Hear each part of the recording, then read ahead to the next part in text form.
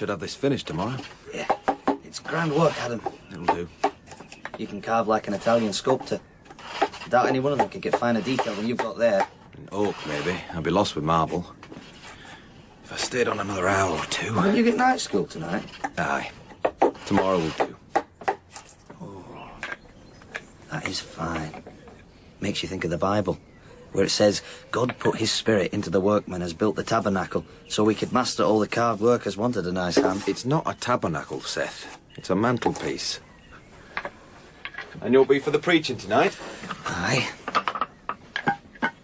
You should come and see her, Adam. She's to preach at the Green at 8 o'clock. Then I should go and hear her. You mean you will? No, but if I did, I'd go to listen, not to look. Oh, but that's what But it's in her face too, Adam. In her eyes. Oh, they're grey and... And what? Like she knows the truth. Dissenter's truth. She's Methodist, so am I. And who's to say we haven't got the root of the matter as well as church folks? See, they're all put away right. You know what Mr. Burge is like about the tools? Ah, it's a little cause for complaint, since we're here later than any of his other lads. So, you've got to the root of things, have you, Seth? I'm searching for it. And I wish you well. But there's such a thing as being over-spiritual. How can you have too much of God's spirit? I don't see you can. But I do believe we need something beside gospel in the world. Look at the canals, and the aqueducts, coal pit engines, and Arkwright's mills there at Crawford. What have they got to do with the gospel? Little that I can see, that's my point. You need to learn more than gospel to make such things. Or to carve a mantelpiece. Aye. Now, we'd best be off. I've got to go home first before I get to the school, see that our father's got that coffin finished for old Mr. Toller. It's promised for the morning. Might be after 10 afore I'm home. She preach a while, does she? No more than others. But I might see her safe home to the Poises after. It's more than gospel truth draws you there, Seth. Am I right? It's the truth in those grey eyes of hers. Dinah Morris is not for the likes of me. The likes of you? What talk's that? You haven't seen her, Adam. Or heard her. I know she's the Poises' niece. She's Hetty's cousin. And does she not work in a mill in Snowfield? Aye, she's as poor as us, if not poorer. Then how's she too good for a craftsman? Oh, too good and holy. Holy? For any man, like enough. Let alone me. Seth. You haven't seen her, Adam. Here, hand the key into Mr. Burge before you go. I'll tell Mother not to expect you before 10. It's gone 7, my lad. You stay at that workshop when all the rest are shifted and fed. You'll be ready for your supper. And where's Seth? Mother. Gone for some of his Methody preaching, no doubt. They tell me that Dinah Morris is a preacher herself. A woman preacher. Mother, where is he? He went to Treddleston. When? Forenoon. And he's never come back? I don't know what's delayed him. You know fine what's delayed him. Sit down, lad. Sit and have some supper. Supper? Look! That's the wood for old Toller's coffin. Standing there just as I left it this morning, not a nail struck yet. And it's promised for the morning. There's taters with the gravy in them. They're just as you like them. Only enough for you. I saved them on purpose. There's a coffin to be made and delivered for 7 o'clock in the morning. It can't be done, Adam. Eat your supper. It has to be done. It's promised. They can't bury the man without it. It would take you all night. And it'll take me all night. I've stood enough of this. More than enough. You won't leave again. Again? You ran away at 4. I was 18. Got as far as Stoniton. I was back in a day and a half. Nearer 2. And those 2 days... If I left now, he wouldn't be long before Father had sold every bit of timber in the yard to buy drink. You're so hard on him, Adam. I have to be. He's a clever workman. He was. He taught you the trade.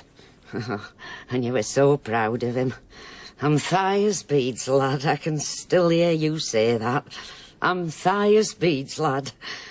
You were proud to be the son of the man that made the pigeon house at Broxton Parsonage, which was a wonder. So it was. But the days of his wonders are gone. He's never given me a blow. Not so much as an ill word. No matter how in drink he is. Is that where my pride's to be now?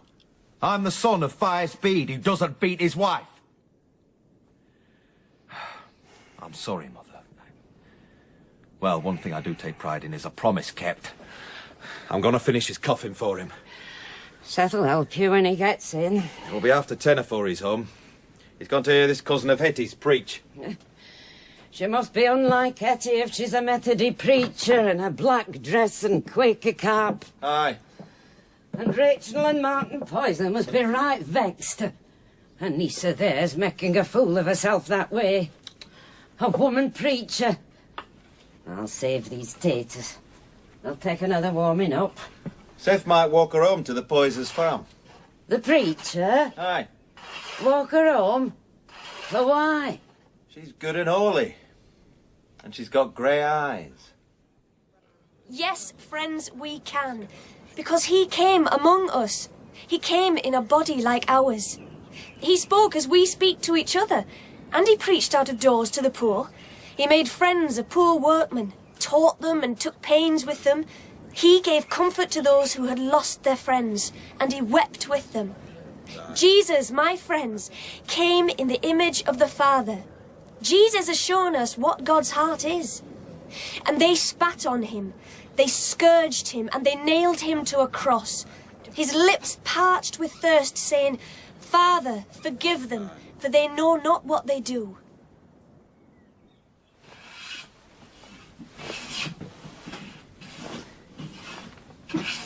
It'd break my heart if you went away again. One heartbreak like that's enough for any mother. Would you have them carry me to the churchyard and you not there to follow me? That's not going to happen, Mother. I couldn't rest if I don't see you at the last. Seth would be away along with you, no doubt. And your father not able to write and let you know. Not able to hold a pen for his hand shaking. And maybe he wouldn't even know where you were. Mother, why don't you go up to bed? I'll stay till Seth gets in. It'd be easier if you're in bed when Father gets home. He might not come home. Till the morning now. Is Seth courting this Methody preaching woman? I wouldn't say courting, but he's taken with her, I'm sure of that. But he said nothing. I doubt it. I doubt he'll need to. That face of his can't hide much. And I doubt she's too holy to read what's in it. Bad enough when he took up with them Methodies. But if he marries one of them... A preaching woman. And she's a cousin to Hetty Sorrel. That's right. Another niece of the Poysers. Aye. And have you spoken to her? Mother. Or is she to read what's in your face as well? Seth! Look at your brother here, still at his work while you're away at your preaching and courting. He forgot the coffin. Aye, the old tale. I suppose you'll have had your supper with your Methody folks. No. At the Poysers, maybe. I haven't had supper, Mother. Warm broth and oatcake. Grand. There's taters and gravy, but only enough for Adam. The broth'll be grand, Mother. Right. Come through, then. You didn't get to your night school? I can wait. This needs doing for the morning. How was your grey-eyed preacher? She speaks the way some folks can sing. And you walked her back to the Poysers? Aye. And? She's leaving soon. Going home to Snowfield. Not before you see her again. You go and rest, Adam. Have your taters and gravy. Let me do an hour at this. I'd rather go on now I'm in harness. You go and have your supper. I want to help. You can help me carry it to Broxton. We'll have to leave at sunrise. Right. And you can help by closing the door, so I can't hear Mother. He's been threatening to leave again. He'll go some morning afore I'm up and never let me know aforehand. He won't do that. And he'll never come back. He won't leave, Mother. And you'll go with him. If he'd been going to leave, he'd have gone afore now. He did go afore. For a day and a bit. And he was just a lad. Since then, look how he's worked. Worked for all of us, for Father. Every spare bit of money Adam's made has gone to buy timber for Father, so that Father too could work. And shouldn't a son? Shouldn't he work for his father? Of course he should. But there's many a man earning the money Adam is would have enough put by to think of marrying by now. Oh, don't talk to me about his marrying. Hetty Sorrel.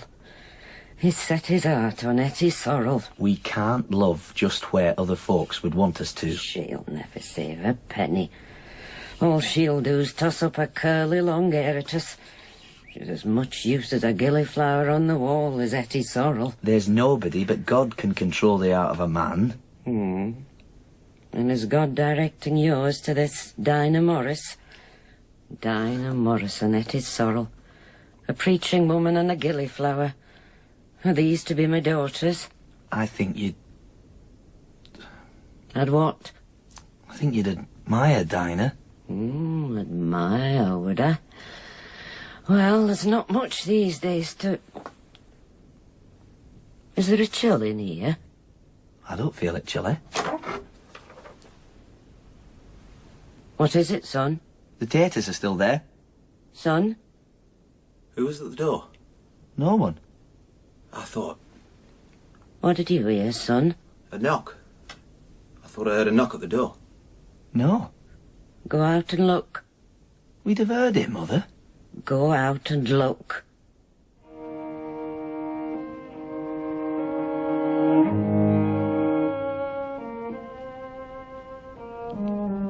Dead and drowned. Look at him. Drowned in the brook we passed over the day we were married and come home together. First thing he did was make shelves for me to put my plates and things on. He showed them to me as proud as could be. Still there, them shelves, and some of the plates as well. And when I was ill and cumbered with the babby, and he made me the posset and brought it upstairs, he was as proud as could be. As proud as he was of the pigeon house at Broxton Parsonage, and that was a wonder. Was it not a wonder, Adam? Aye, Mother, it was. Look at him. Shall I make another pot of tea, Mother? No. What's the use of tea? What's the use of drinking or eating? When one end of the bridge falls down, what's the use of the other end standing? Look at him. Dead and drowned in the same water. Mother? Is there anyone I can fetch from the village? Who? I don't know. Someone who might be a help, a comfort. Mr. Irwine will be here, of course. But I thought... There's no one, son. I'll still have to deliver the coffin And then make another. So I thought... There's no one. Oh, I could fetch Dinah. Dinah? I know she'd come. You think I'd need a Dinah Morris? You'd find her a comfort, I'm sure. A preaching woman?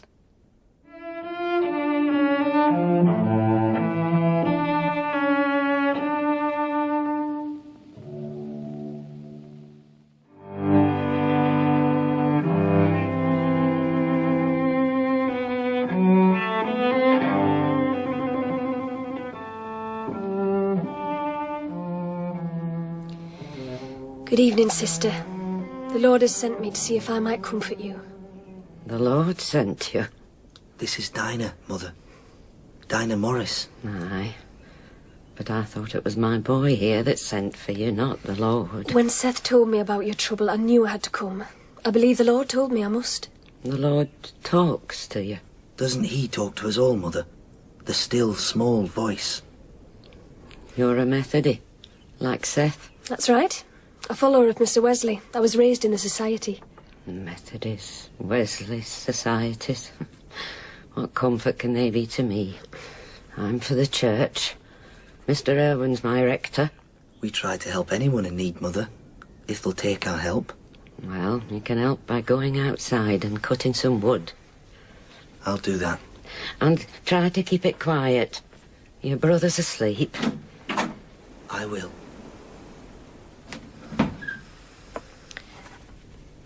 Will you take my hand? Here now. You're a working woman. I work in a cotton mill. Feels like you've never worn a glove in your life. No, I don't think I ever have. You'll know how to make a pot of tea then. Yes. I'll try to be a daughter to you tonight if you'd let me. First I'm your sister, now I'm your mother. Is the tea all right? It'll do. Adam was up all night finishing a coffin and then taking it all the way to Broxton. And now he's another to make. So we must let him sleep while he can. Aye. I wonder when I'll close my eyes again. I'll stay with you tonight if you like. And preach me to sleep? No. No preaching tonight. I could make breakfast for you all in the morning and see the house is all in order. I'm an able enough housekeeper. I can believe that. You're unlike your cousin Hetty. You in your black gown and her in a pink frock. She's very pretty, is Hetty. So could you be. But you seem to have a serious thought or two in your head. Hetty's very young, but she works well enough with some direction. She's a good help to our aunt, and I'm fond of her. So's Adam. Yes. She told you? Not directly, but some things she said, and Seth too.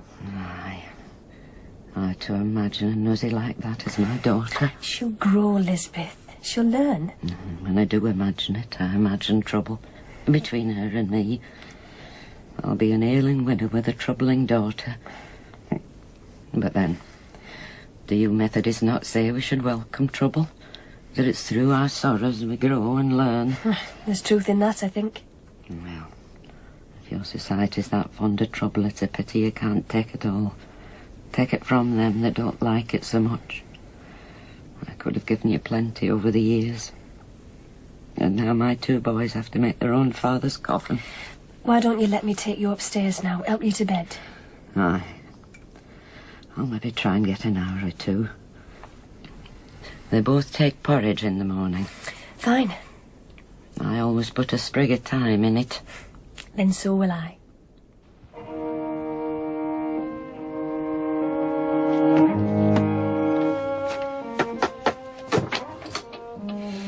Is your brother angry if his papers are moved?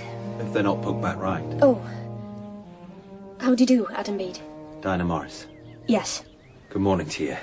I'm sorry if I startled you. Oh, no, I wasn't. It was just that Seth was here and I was going to wipe down this table. Hi. It was good of you to come and see my mother. I hope she was thankful to have you. I think so, yes. I'm glad. She has a way of not liking young women. She seemed comforted after a while. She managed to sleep off and on. She was fast when I left her. And you? Me? Have you not slept? A little. Enough. And I hope you were rested to bear the burden and the heat of the day. It's a bonny phrase, that. It's from Matthew, chapter 20. I know it. Where the last shall be first, and the first last. And you knew these were my books and papers?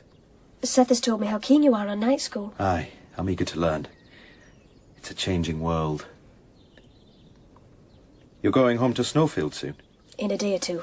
To bear the burden and heat of a cotton mill? Yes. But I'd been ill and came to stay with my aunt for a while. I'm strong enough now to go back and to go on with my work for the society. Seth told me you speak as others sing. When you're preaching, like. I simply speak the words that are given to me. They're given to you? They come out as tears come. And they always come? No, not always. I'd best see to the porridge.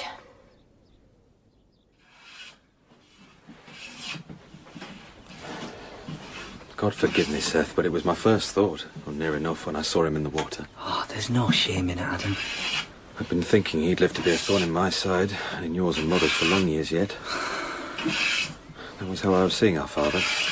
Drunkard and a thorn in our sides. When maybe at that moment he was struggling face down in them. Adam. And then I heard that rap at the door. One rap like a willow wand. You don't believe in such omens. Maybe I don't, but I heard it. I don't wonder at you loving her, Seth. She's got a face like a lily. I do love her. But I don't think she'll ever love any man. Not as a husband. Have you spoken to her? No. Then you can't be sure. It's plain enough she's made out of stuff with a finer grain than most women. But if she's better than most in other things, maybe she won't fall short of them in loving. Talk to her. Well, maybe I'll walk her back to the Poysers' farm again. Aye, do that. She may be a good and holy woman, but she is a woman. She blushes like a woman. Blushes? Aye. I've never seen Dinah blush. I have this morning. I came in behind her and she thought it was you. And she blushed? Like a woman. Seth, I'll be leaving soon, and your mother wants you to fetch down china from a cupboard upstairs. China? She'll want the best for the rector. All right. Oh, and Dinah, Yes? I was hoping I might walk with you back to the Poises, since this Thank might you, be the Seth. I'd like that. The china upstairs is so much the best it's never been used. I think my mother had hoped it would be brought out for a wedding, mine or Seth's. I'll say farewell to you now, Adam Bede. Hi. I hope all goes well with you at Snowfield. Is there any word you'd have me carry to the farm? No. I'll be seeing them there soon. I'll miss my aunt and uncle when I go. Hetty too. Aye, but you'll be back. I hope so. But there's much to do at Snowfield. Well, I hope your words are given to you often. Maybe some will come as smiles, not as tears. It's a strange thing. That a mystery. That a strong man can tremble, can turn hot and cold. At a look from just one woman. I mean, that woman and no other. But that's how Adam is. His heart is set on Hetty sorrow. Then we must hope she'll make him happy. Can you think she will? I know she's your cousin, Dinah. As I told your mother, she's young, not 19 yet. Aye. And you, Dinah? Me? What are your thoughts on marrying? For myself? For yourself? My heart's set another way. I'll live and die without husband or children. Because you're cold? Yes, I am. To rejoice with them that rejoice, weep with those that weep. My own life is too short. God's work is too great. Oh, I'd work for you. While you did God's work. Working for you would be God's work. Seth. But I'd work indoors and out. To give you your liberty. You'd have more than you have now. Because now you have to make your own living. I'd work for both of us. I'm strong enough. I know you are, Seth. Well, and doesn't St. Paul say, I will that the young women marry? Yes, he does, and it's a great and blessed thing to be a wife and mother. And he says 2 are better than 1. Seth, I thank you for your love. I can wait. I'd wait 7 years, like Jacob did for Rachel. You may see things different after a while. You may hear a different call. No. No, Seth. My heart isn't free to marry.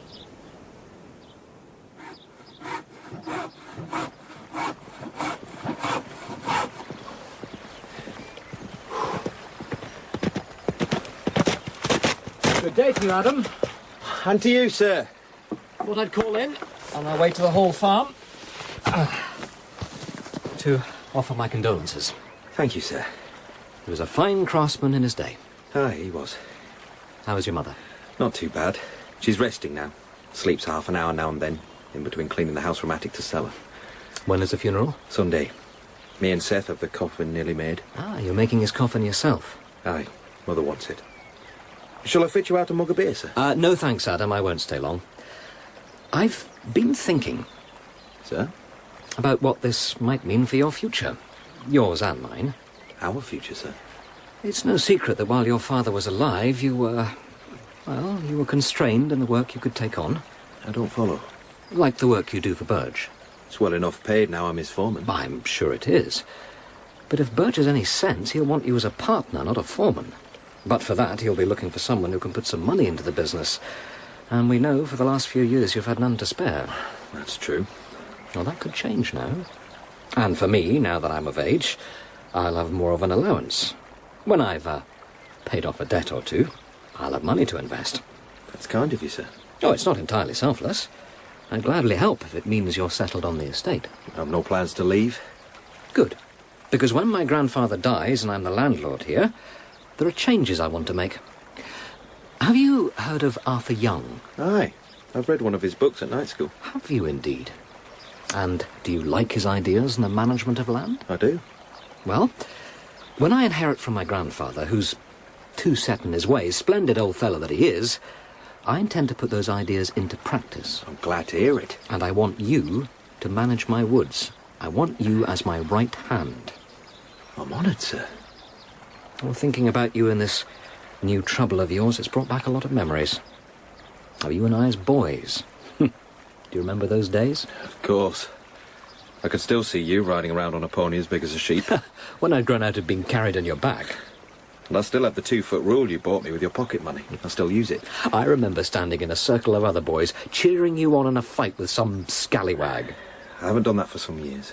Since you were 17, and you laid up Giltranter for a fortnight. Aye. My temper took me over. Which is why You now resist the temptation. I don't think I'll fight any man again. Unless it's an outright scoundrel. And when you and I are running this estate together, you can help me resist. I don't take you for a fighter, sir. Oh, I did a bit of boxing at Oxford. I mean, well, I don't always have your resolution in other matters. Maybe I'm too far the other way. When I've said a thing, even only to myself, it's hard for me to go back.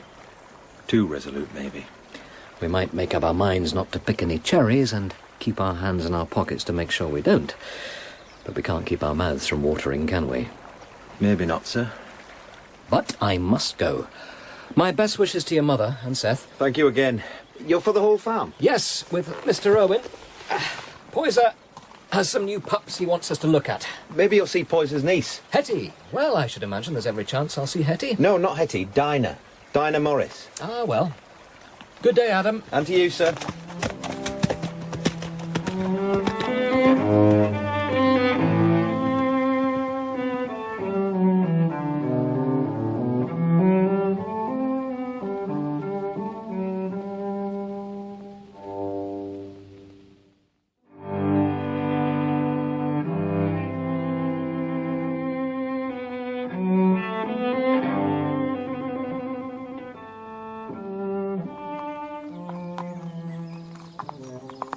I'm keen to see this young woman again, Arthur.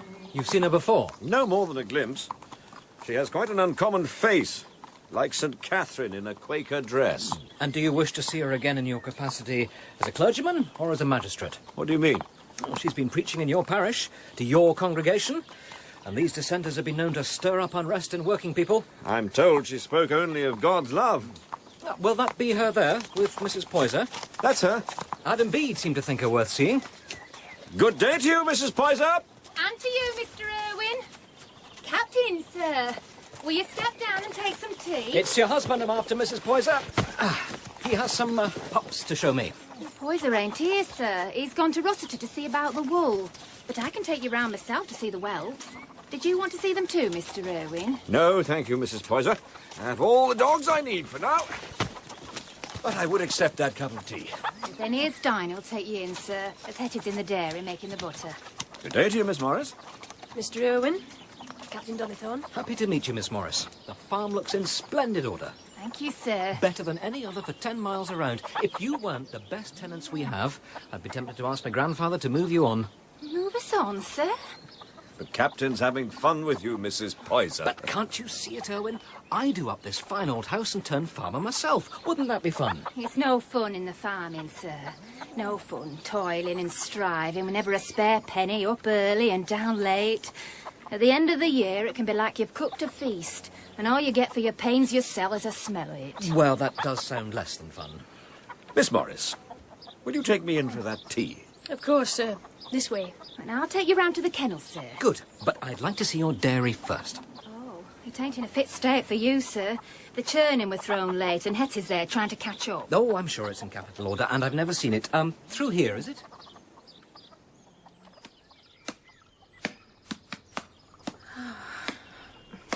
Of course, only a certain amount of milk can be spared for butter and cheese, so long as the cows are not all weaned. There seems a fair amount here. Good day to you, Hetty. Good day, sir. Well, there's a fair amount because we do take a fair yield of milk. But with these short-horn cattle, it's the quality that's doubtful. They were bought on experiment, which Alec's never been happy about, but Poyser was sure he knew best. Young Alec, your cowman. The very one. Sir? He knows as much about dogs as he does about cattle. Might I have a chat with him about these new pups? Have you seen Alec, girl? I think he's in the brew house. Shall I fetch him? No, you carry on what you're doing. You're late enough already. I'll find him. Well now, Hetty, tell me all there is to know. Sir? If I'm to run this estate someday, I must learn all there is to know. So, tell me all about the art and science of making butter. I've only been in Snowfield once. A dreary, bleak place, is it not? Very different from this rich farmland. They were building a cotton mill when I was there. That will have brought changes, all that new employment. Yes, I work in the mill myself. Do you indeed? And have you relations in the town? No, I had an aunt there who brought me up, but she's dead now. You were an orphan? Yes, and now the only kin I have is Aunt Poisey. Bet you'll have many religious friends, companions. Yes, sir. You're a Methodist, I think. A Wesleyan. My Snowfield aunt belonged to the society, so I'm thankful to have been raised in it myself since I was a child. And you preach? How long have you been doing that? 4 years, since I was 21. And you preached here in Hayslope the other night? I did, yes. And how did you find my congregation? Were they as quiet and attentive for you as they are for me? They were very quiet, but I saw little sign of any great work upon them. No enthusiasm, no elation. I can believe that. Our farm workers are not easily roused. They take life almost as slowly as their sheep and cows. So it seems. But there are some in Hayslope who've taken to the Methodist way. Seth Bede, for example. I know Seth well. He's a gracious and sincere young man. I heard you made a visit to his mother Lisbeth when her husband died. That was good of you. I was happy to do it. But I shouldn't think you'd make a convert out of her other son, Adam. I've met Adam only once. But it's true, there does seem to be a strange deadness to the word among the green pastures and still waters of places like this. They are far from dead to the word of God, Dinah. Is it not that they see the workings of God all around them, every day of their working lives in the cycle of the seasons, the cycle of birth and death? Perhaps. Certainly in towns like Snowfield and Leeds, the harvest of souls can be very rich. In those high-walled streets you walk as in a prison yard. Maybe the promise of the Lord is sweeter when the life is so dreary and bleak. Maybe. The soul may get more hungry when the body is so ill at ease. Then, when it's all made up in its blocks, we wrap it in the dock leaves, like this. Lovely. Sets it off like a primrose. And you handle it so skillfully. I think I'm quite clever at it. Even Aunt Poisey says so. Oh, but these are heavy. Do you carry it to market yourself? No, sir. Alec takes it, on the horse. He's a fine young man, is Alec. He's good with the cows. And dogs. All the beasts, really. But can he dance? Dance? Will you have promised him a dance at my party next month? I don't know as I'll be there. Of course you'll be there. It's my coming of age. Everyone will be there. Oh, I look forward to that, sir. And will you dance with me? Of course, sir. I'd be proud and thankful if you noticed me. How could I not? In fact, I think I should ask now that you promise me a hand for two. If I don't get your promise now, Alec and every other fine young man will have you secured. I wouldn't think so, sir. I'm sure of it. So, I have your promise. Yes, sir. Thank you, sir. I thank you. And have you been enjoying this visit from your cousin Dinah? She's very kind. Very serious. She talks to you about serious things, Methodist things. Sometimes. And you don't mind? No, sir. I don't really listen. Before I was 21, I'd felt no call to preach. Indeed, I spoke very little at all about my faith, my thoughts about God. I was more given to sit still, keep by myself. I could sit silent for hours with the thought of God overflowing me. Like pebbles lie bathed in a brook. Because thoughts are so great, so deep, are they not? They can be. I could make neither a beginning nor an ending of them in words. That was my way as long as I can remember. But your way changed. Yes. It was a Sunday 4 years ago. I'd walked to a village called Hetty Deeps. The people there get their living by working in the lead mines. There's no church, no preacher. They live like sheep without a shepherd. So I'd gone there with Brother Marlowe, a fine preacher but an old man, a man who'd worn himself out with preaching and watching and praying, and still worked at his trade of linen weaving. On the way, he was seized by a dizziness, and his legs were uncertain. By the time we got to Hetty Deeps, he could hardly stand. He had to lie down in the first cottage we came to. I went on myself to where the people were gathered, to tell them there'd be no preaching that day. I thought I might offer to read and pray with them. But when I saw them, they were old women, suspicious, glowering at me.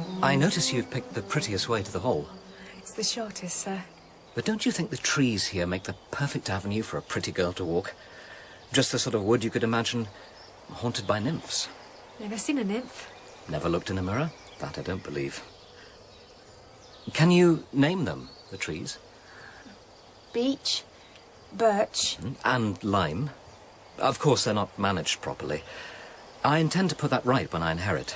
Have Adam take care of things. Adam Bede, sir. Yes. He's not one of your admirers, too, is he? He's to marry Mary Burge, so I hear. His employer's daughter.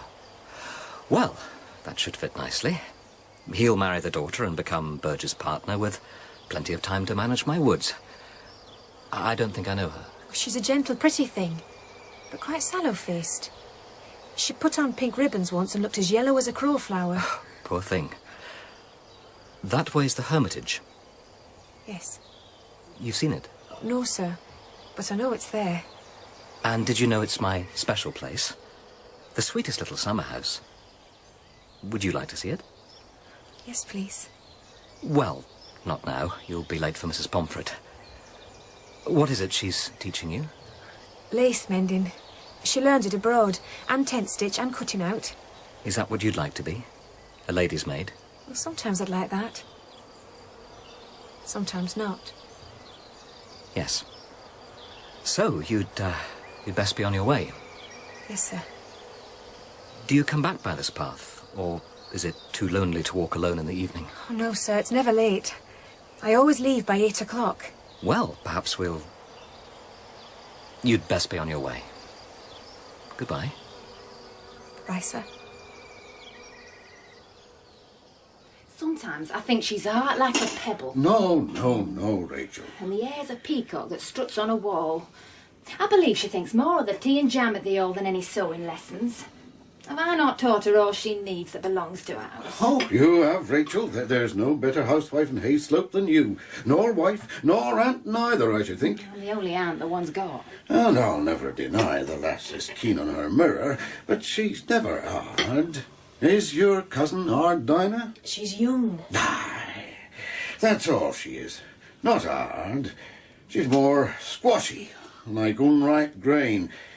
But she'll make good meal yet, when she's got a husband and children of her own. And who might that be? Luke Britton? No, well, never him. There's a farmer that knows nothing of edging nor ditching, nor buying winter stock neither. I doubt his judgment on yesterday's weather. Adam now. He'll yield well in the threshing. Not one of them as is all straw and no grain is Adam. What did you make of Adam, Dinah? He and Seth are two good sons. Lisbeth was telling me how much Adam did over the years to try to help his father. Ah, well. Thias Bede. He's better out of the way than in. Rachel? God forgive me for saying it, but he did little for 10 years but make trouble for them as belonged to him. Maybe he was reconciled at the end. Reconciled, lass? And pardoned. I doubt if he'd time for reconciling. All the strength since he was too drunk to drag himself out of that stream. It takes only a moment. Less than a moment. No time. God's ways are outside time. It was like she understood how we were all feeling. She's only from Snowfield, Adam. She's not some foreign gypsy that knows nothing of grief. I had a notion these Methody women would be all preaching and castigating. No, I'll have no one castigating me in my own house.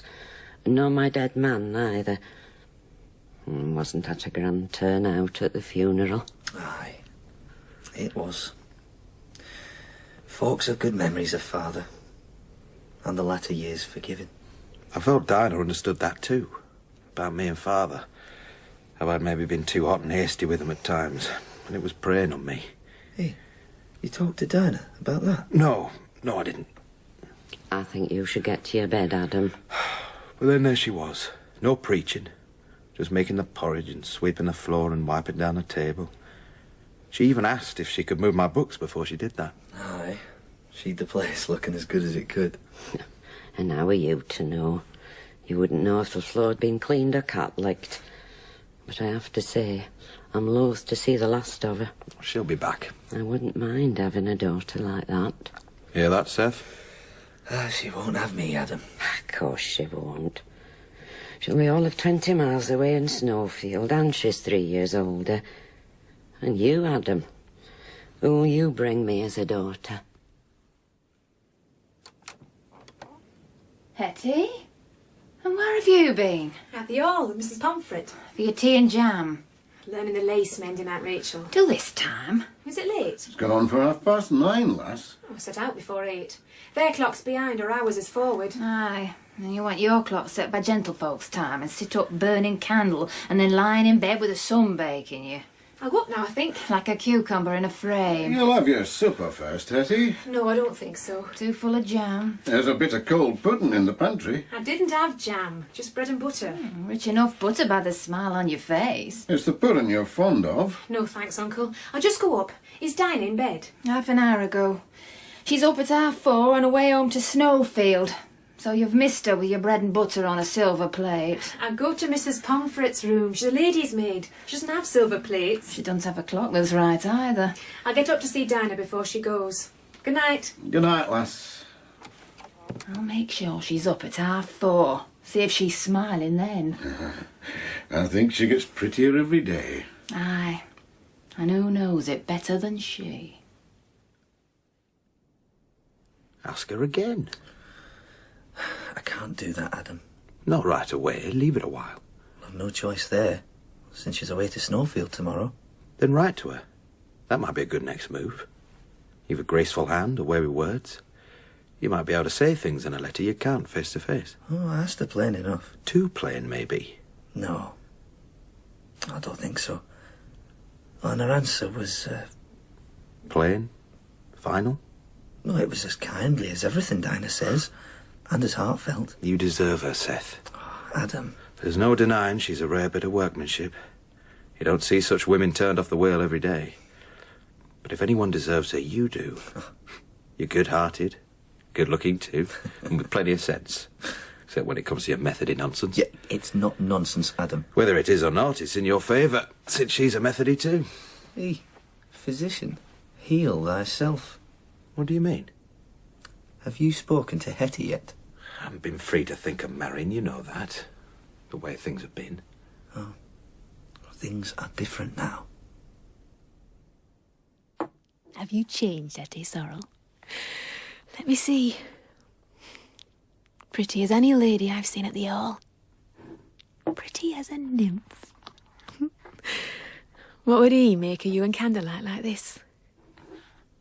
Will you give me a smile now? Will you give me a kiss? Come in. Is it all right if I sit with you a minute, Hetty? If you like. I heard you moving. Knew you weren't in bed. Still to brush my hair. And I'll stay till you've done that. I wanted to say goodbye. I'll see you in the morning. I'm leaving very early. And when you were late back from the Hall. The clocks were different. But Aunt Rachel will get me up. I'm sure she will. Your hair's lovely. Yes. But not my hands. What's wrong with your hands? I'm all right down to the wrists, but then they're a bit coarse. Don't you think? I wouldn't say they were coarse. They're working hands. Yes, working hands. Making butter and milking, picking currants and strawberries, and tending the chickens is the worst. But I get one out of every brood. A chicken? What would I do with a chicken? I get what it fetches at the market. You didn't tell me all Seth Bede said to you. That wouldn't be right now, would it? But he did ask you to marry him. I'm sure he didn't kneel down, did he? Seth's a good man, and I'm very fond of him. But not enough to marry him? No. No. He's too young for you anyway. He's got a boy's face. I'd have thought Adam would be more for you, more solid. But then he's not a Methody. And his heart's already taken, I think, is it not? You mean me? I wouldn't have him, even if he asked, which he won't. He'll marry Mary Burge, marry the daughter of the business he's in. That's the solid, sensible move for Adam Bede. So, I'll say good night. I'll pray for you, Hetty. Thank you. Before you got home tonight... I told you the clock was wrong. I know. But I was reading the Bible, and you came to my mind. Why? I don't know. It happens sometimes. People I know, they're brought before me. I can see them. Even hear them, almost as plain as if they were really there. Oh, sounds witchy to me. I'd been reading about Paul leaving Ephesus, when the people all wept sore and kissed him. They knew they wouldn't see him again. You're only going to Snowfield, Dinah. And I wanted you to know that if you're ever in trouble and you need a friend, you've got one in Snowfield. And if you send for her, she'll come. What makes you think I'll be in trouble? Trouble comes to us all, Hetty.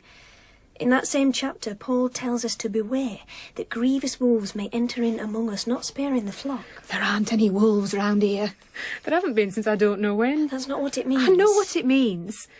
It means you're trying to frighten me. You're trying to frighten me with your methody preaching. Not at all, just the opposite. I've grown really fond of you in my time here, and I'd want to help you if I could, and guide you to a help that's beyond all in this life. You're preaching again. I'm fond of you too, Dinah, but I'm too tired for preaching tonight. I'm sorry. It's all right. And I'll see you in the morning and kiss you goodbye. I might even weep a little. So shall I.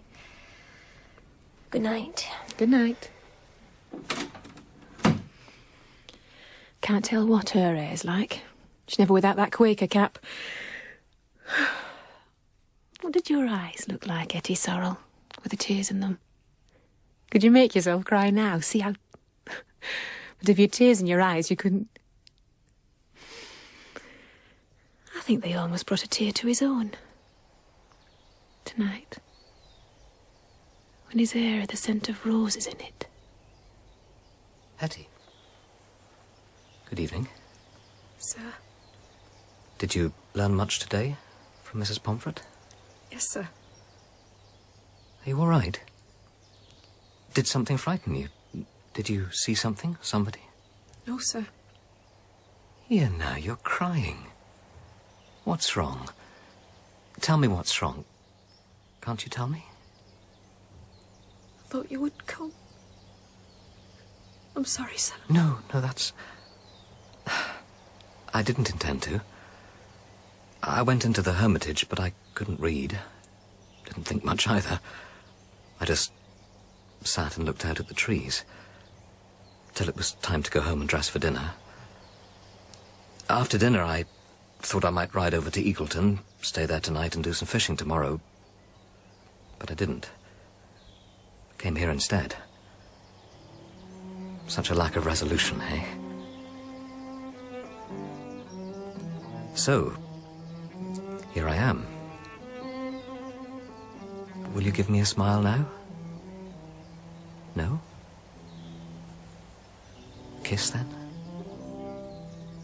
Will you give me a kiss?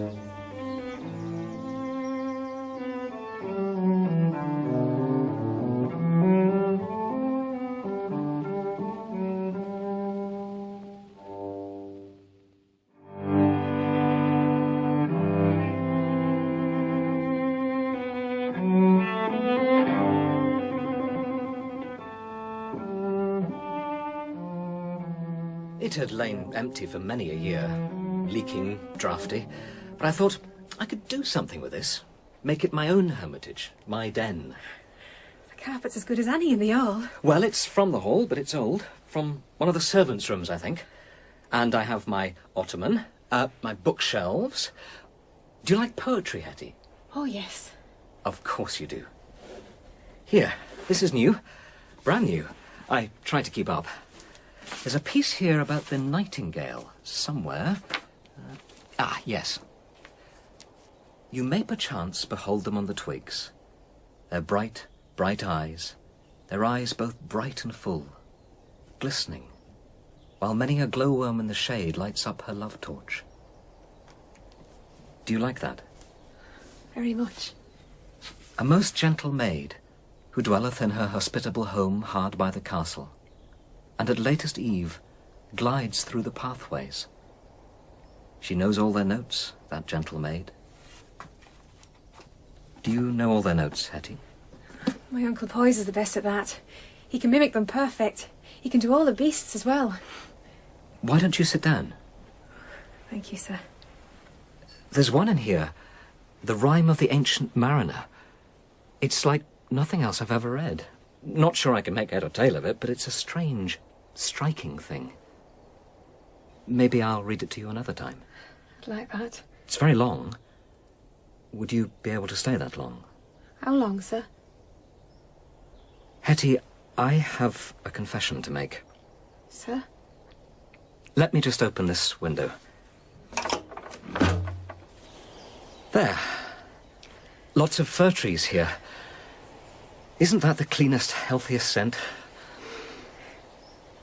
You see, if you stayed that long, your uncle and aunt might... And then you might miss a visitor. What visitor, sir? A suitor. There isn't one. No one keen to marry you?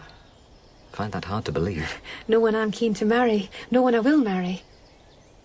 I have something for you. I rode over to Rossiter for them.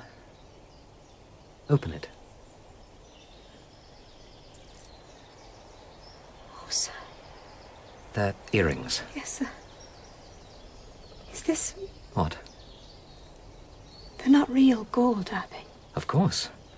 Gold and pearls and garnet. To apologize for making you cry. And to thank you for the kiss. And because your ears are charming. Almost as charming as your eyes. Bright, bright eyes. Eyes both bright and full.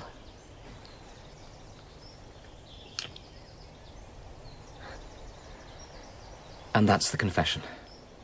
Is it? Yes. And now... Sir? Now... You must go home.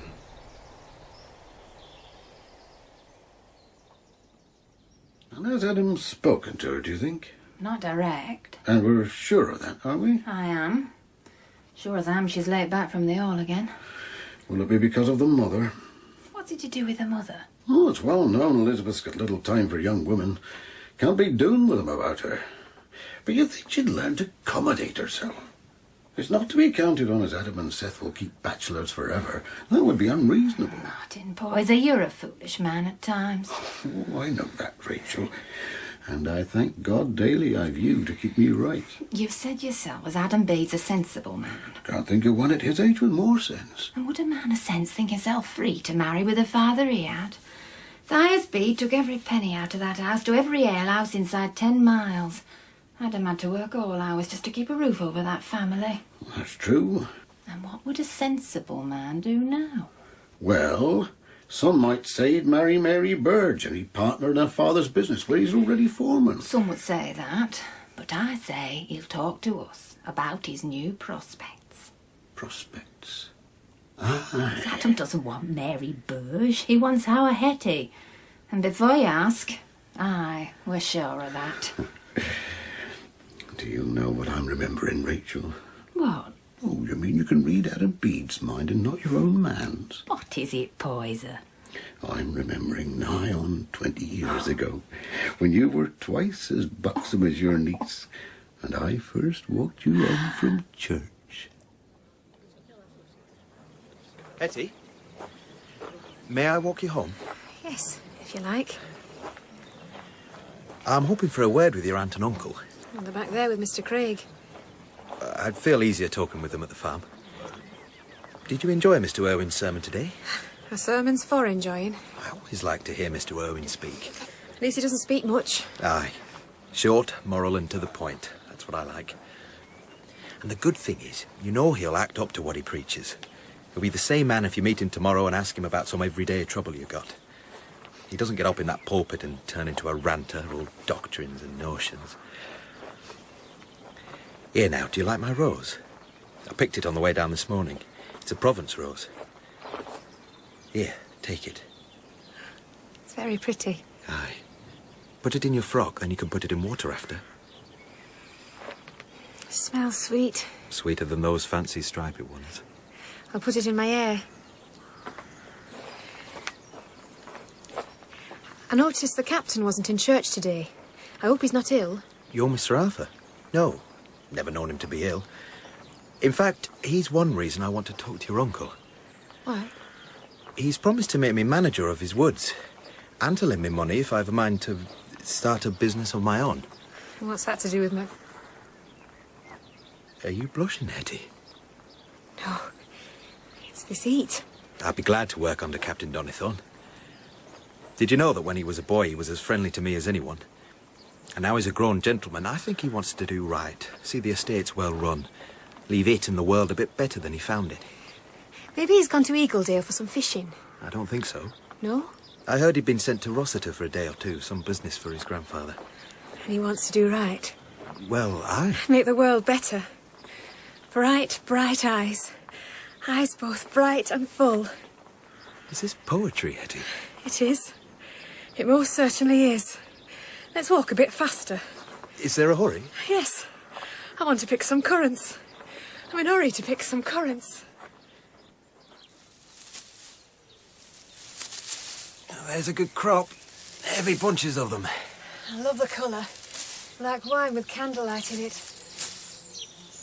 And the taste. Have one if you want. I won't tell me aunt. The rose in your hair like that. What about it? It's like the ladies in the pictures up at the hall. They've mostly got flowers or feathers or gold things in their hair. Mostly. But then they put me in mind of the painted women outside the shows at Treddleston Fair.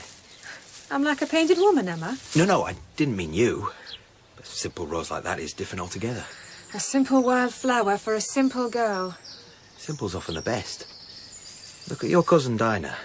That simple cap of hers seemed to fit her face like the cup fits the acorn. Is that how you'd like to see me? In a black gown and one of Dinah's Methody caps? No, Hetty.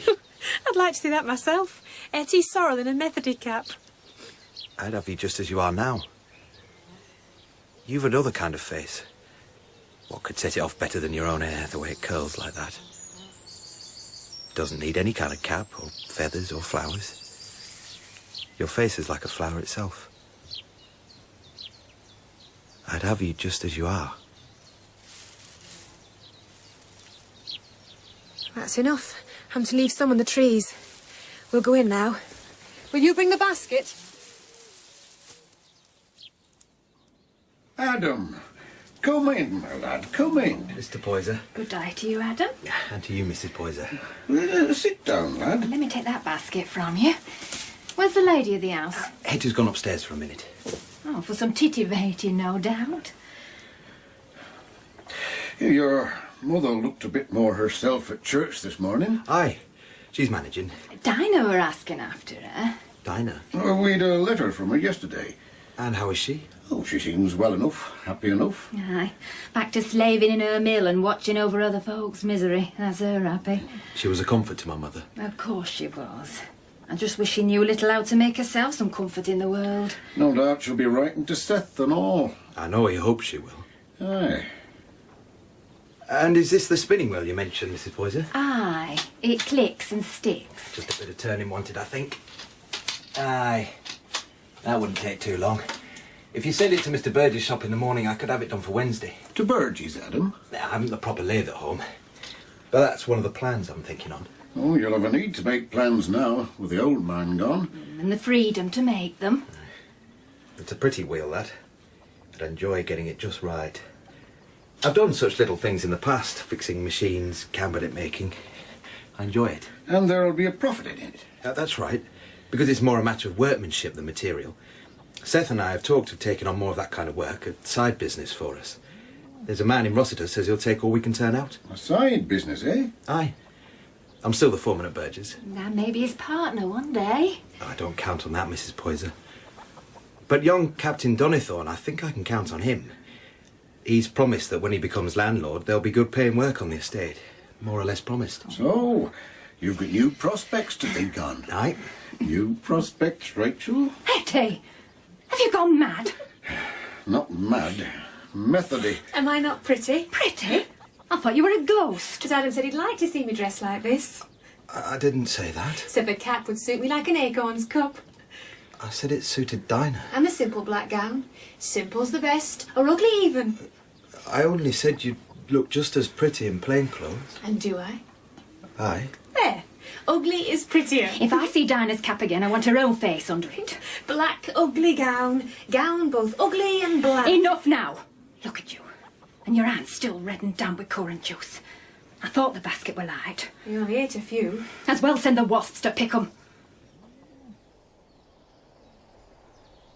Pink and white. My aunt went white, White and pink. like she'd seen a ghost. And these delicate ribbons. The Methody ghost of Dinah. Delicate little knots. The grey ghost of All Farm. So easily undone. And Adam went pink, Adam Bede. still trying to smile. What was Adam doing there? He was there to mend a spinning wheel. Wouldn't you like to see me in black and grey? In anything, you'd be lovely. Do you think so? In anything. In... How easily undone. I'm not... Hetty? I'm not sure. Should I stop? Hetty. So white and pink.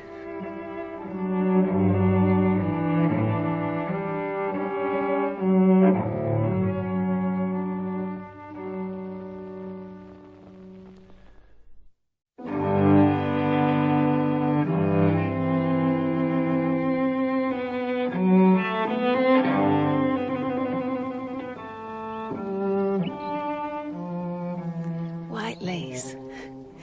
White lace and some kind of blossom. Orange blossom. Oh, I've never seen it. It's lovely. Orange blossom, then. Lovely and simple. I think that's best for a wedding day, don't you? Maybe those earrings you bought. I know they're gold and there's pearls in them and... What was it? Garnet. Garnet. But they're still quite simple. Quite Tasteful. better than that. Elegant. That's it. I could fall asleep like this. Yes, we should move. You'll be looked for at the Not a farm. minute yet. Just a minute. All right.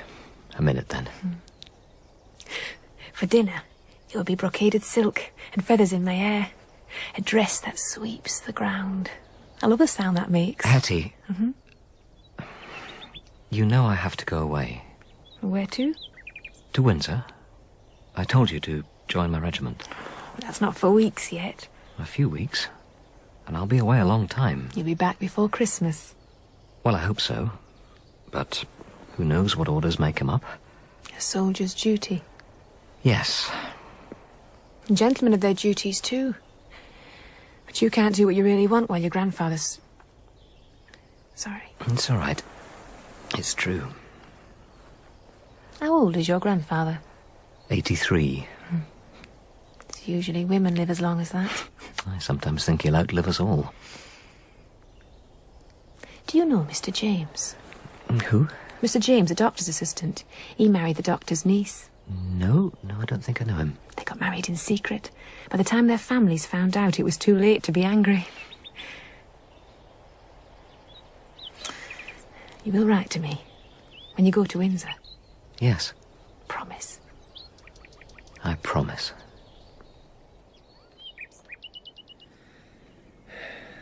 Dear brother Seth, I would not have you think... Brother Seth. And mind the night she called me sister. Aye, Mother. But I had to think of her as my daughter. Dinah only wanted you to know how she cared for you. Aye. On you go, Seth. She's a good lass for a Methody.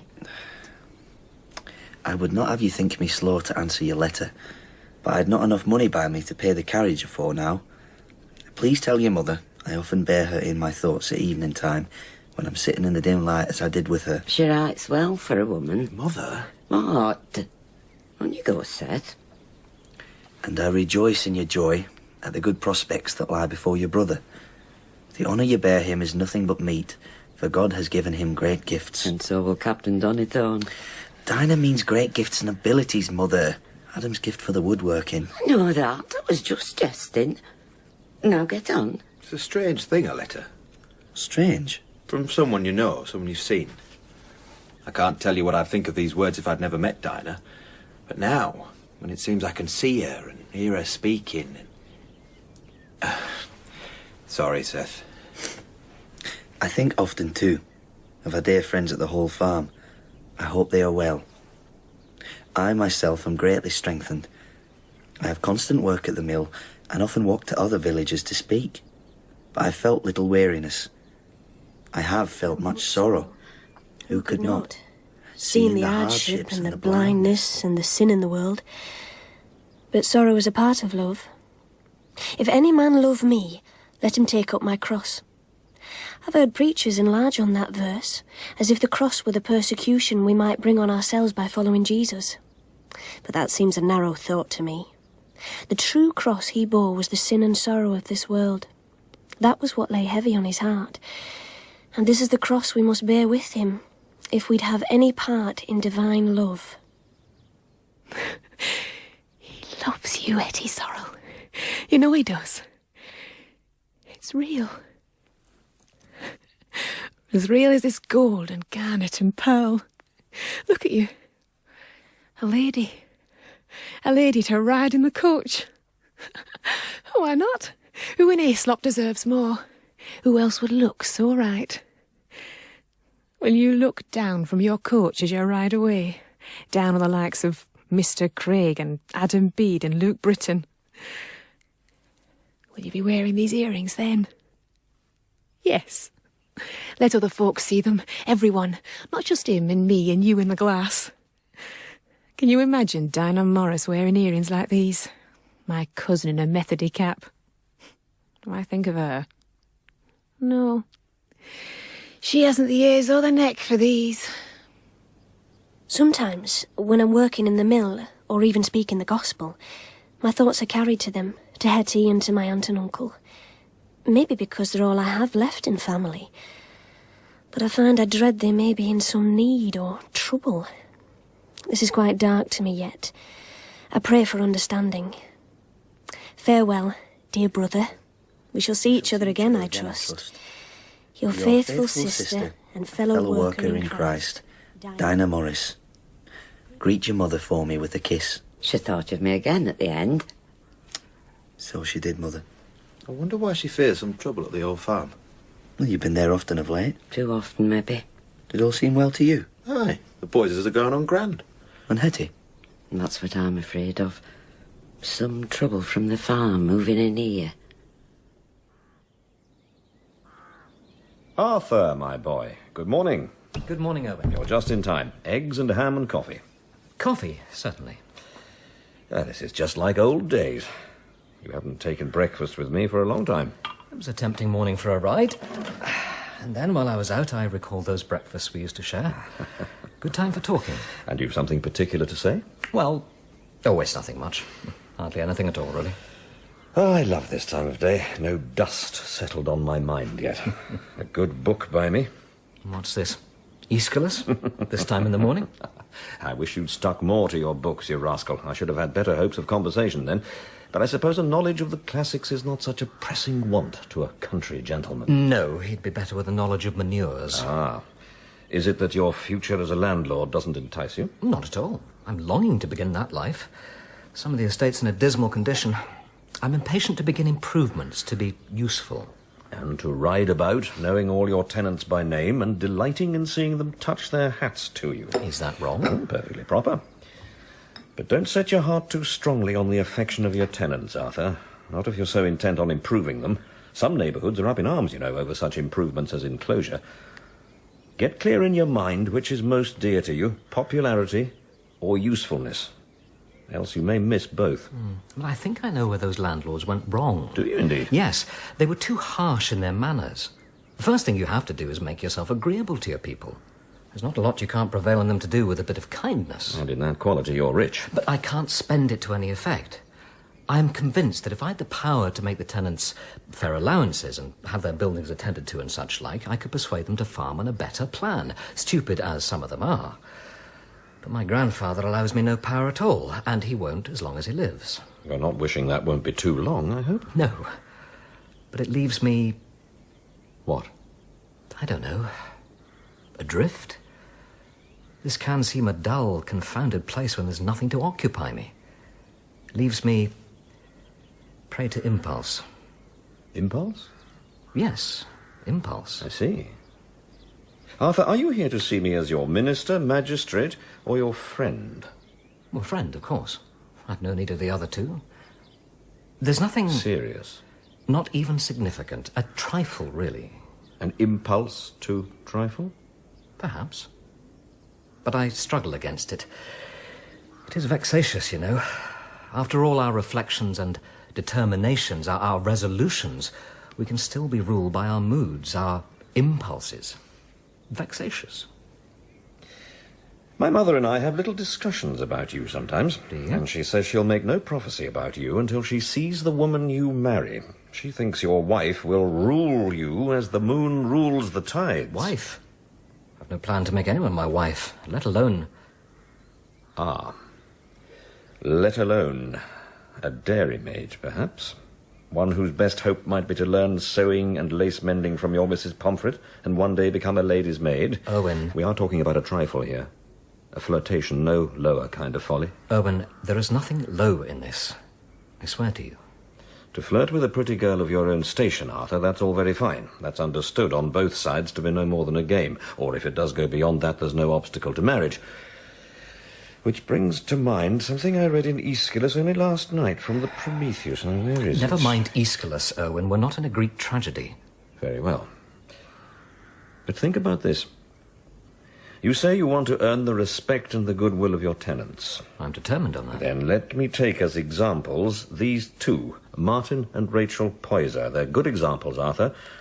They're excellent people. I know they are. To such as the Poysers, their good name is as precious as if they had the noblest blood in the land in their veins. And never be too sure how far off you are from tragedy.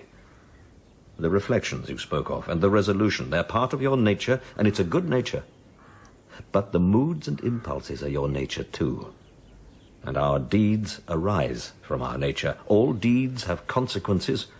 Consequences are without pity. Are you going to bring in Nemesis now? Seems appropriate. Seems far too significant. I'll leave you to your Aeschylus.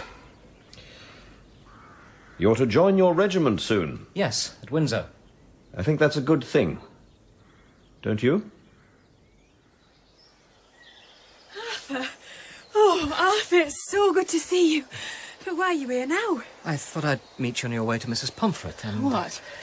Just have a quick word. And a quick kiss. Have you been drinking? No. Well, only wine. I always have a glass in the... May have had a little more than usual. Only a little. It's all right. Will we have a drop of brandy in the Hermitage later? No. No, I don't think we should. Not tonight. We have to be more careful. I never have more than the tiniest sip. I know. I have to go. The sooner I'm there, the earlier I can leave and be back with you. Hetty, we must talk. Talk? Your aunt and uncle, they're excellent people. Oh, of course they are. What is it? Not among them that are mighty in pride. They're proud in their way. What is it, Arthur? It's Aeschylus. I've been reading Aeschylus. Then you can read some to me later and we'll talk. Oh, dear Lord, Hetty, you are so... Later! As soon as I can. Not among them that are mighty in pride. Should marriage be desired by them who toil with their hands. To marry one's own degrees. Oh, damn Aeschylus. Damn Owen. This isn't the first time. What? Adam? Is it? What are you doing? Not the first time at all. Where did you come from? Back there. Back there inspecting your trees, as you requested. For quality. For their health. And it's your quality, I see. Adam, you should go. No. I'll stand here. I'll stand here, and you'll fight me. Fight you? Aye, fight me. Don't be ridiculous, Adam. Do you want provoking? A coward that wants provoking? Adam? A coward! A coward and a scoundrel! Fight me! Outright scoundrel, fight me!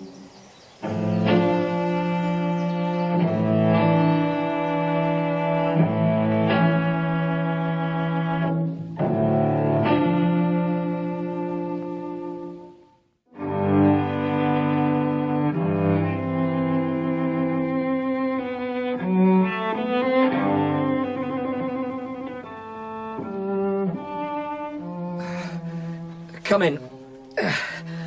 Close the door. God, Adam, I thought you were going to kill me. My anger took me over. I thought myself I'd... Dangerous thing, your anger. Aye. I think I may have passed out for a moment. when I hit the ground. You fought back well enough before that, sir. Praise indeed. And would you unleash that anger to defend all the maidens in Hayslope? Adam, you'll find brandy on that shelf there and 2 glasses. For yourself, too. Has Hetty been here? Have some brandy, Adam, and sit down. Has she been here? No. Now have a drink and sit down. I may have cracked a rib here. That wasn't the first time you kissed her. I could see that. Are you in love with Hetty Sorrel? I have been for 2 years. Dear God. I've known for 2 years I wanted Hetty as my wife. I didn't know. I swear to you, Adam, I did not know. I thought you were going to marry the Burge girl, your employer's daughter. I imagine a lot of folk have Mary and I paired off in their minds. It was never in my mind. But Hetty... I'm sorry, Adam, but it just come as a... Well... I know it's a match might puzzle some people. But I looked at her once in church and I knew. Simple as that, I knew. And since then you've never wavered, because you don't. Does she know? She knows. And you've asked her to marry you? You haven't? Not yet. Can she still be my wife? What kind of question? Adam, listen. We all like to flirt, do we not? With a pretty girl, it's a natural impulse. And she likes to be flirted with, that's natural too. Things don't lie level between you and Hetty. No. I'm a gentleman and she's my tenant's niece, and knowing that, she won't deceive herself. It's not her deceiving I'm concerned with. Adam, I know we've been friends for a long time. I'm not forgetting what's due to you as gentlemen. But in this thing, we're man and man. I never said a dishonest word to Hetty, nor a deceiving one, not knowingly. And if she'd even hinted at how you feel about her, I wouldn't have said as much as I have. As much as you have? Well, I'm not going to repeat my flirtation for you. That's too much. Too humiliating. Now, come on now. Shake my hand. Oh, I don't like to say no to that. Oh, for heaven's sake, man. I can't shake hands till I know what we both mean by it. Well, I mean I've done no more than flirt with a girl, stolen an innocent kiss or two. But didn't you see that if it got out how you'd been behaving with her, if it got to her family... No one knew. I know. I saw. Right. You're right. And what I mean by my offer to shake your hand, an offer I intend to make only once more, is that I'll put all this right. I'll clear up with Hetty any misunderstanding she might have got into her head, and then I'm off to Windsor, to my regiment. I was due to go there soon anyway. I'll go sooner. No, sir. What? That won't do. Won't do? Listen, Adam, I think I know what's needful in this matter. I'll take what measures I think proper. No. Don't overstep now. You won't see her again. I don't want to see her. Do you know what I really want? I want to go home. I want to go home and have a deep, long, hot bath with a few more of these. And then, as soon as I can mount a horse again, I want to ride off to Windsor and not see you again for several months. That sounds fine. But you want Hetty undeceived, if she has been deceived. Aye, she has to be.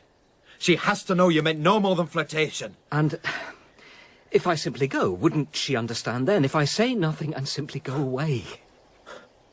Could you do that? No, that wouldn't be right. Good.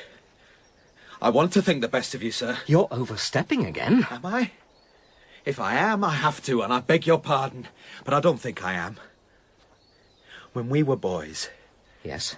I know that even then, you were the son of a gentleman, and I was the son of a master craftsman. Aye, so I was. Still hear you say it. I'm Thias Bede's lad. As if all the world knew and admired your father. All my world did. I was proud to have you as a friend. Proud to be carried on those shoulders of yours. And I mind the time you kicked over old Davy's pitcher of broth, for no reason. God, yes. No reason at all, just an impulse to kick. I'd no idea it was the man's only supper. But when you did find out, you gave him your pencil case and a silver-hafted knife. I've always known you wanted to do right. Yes.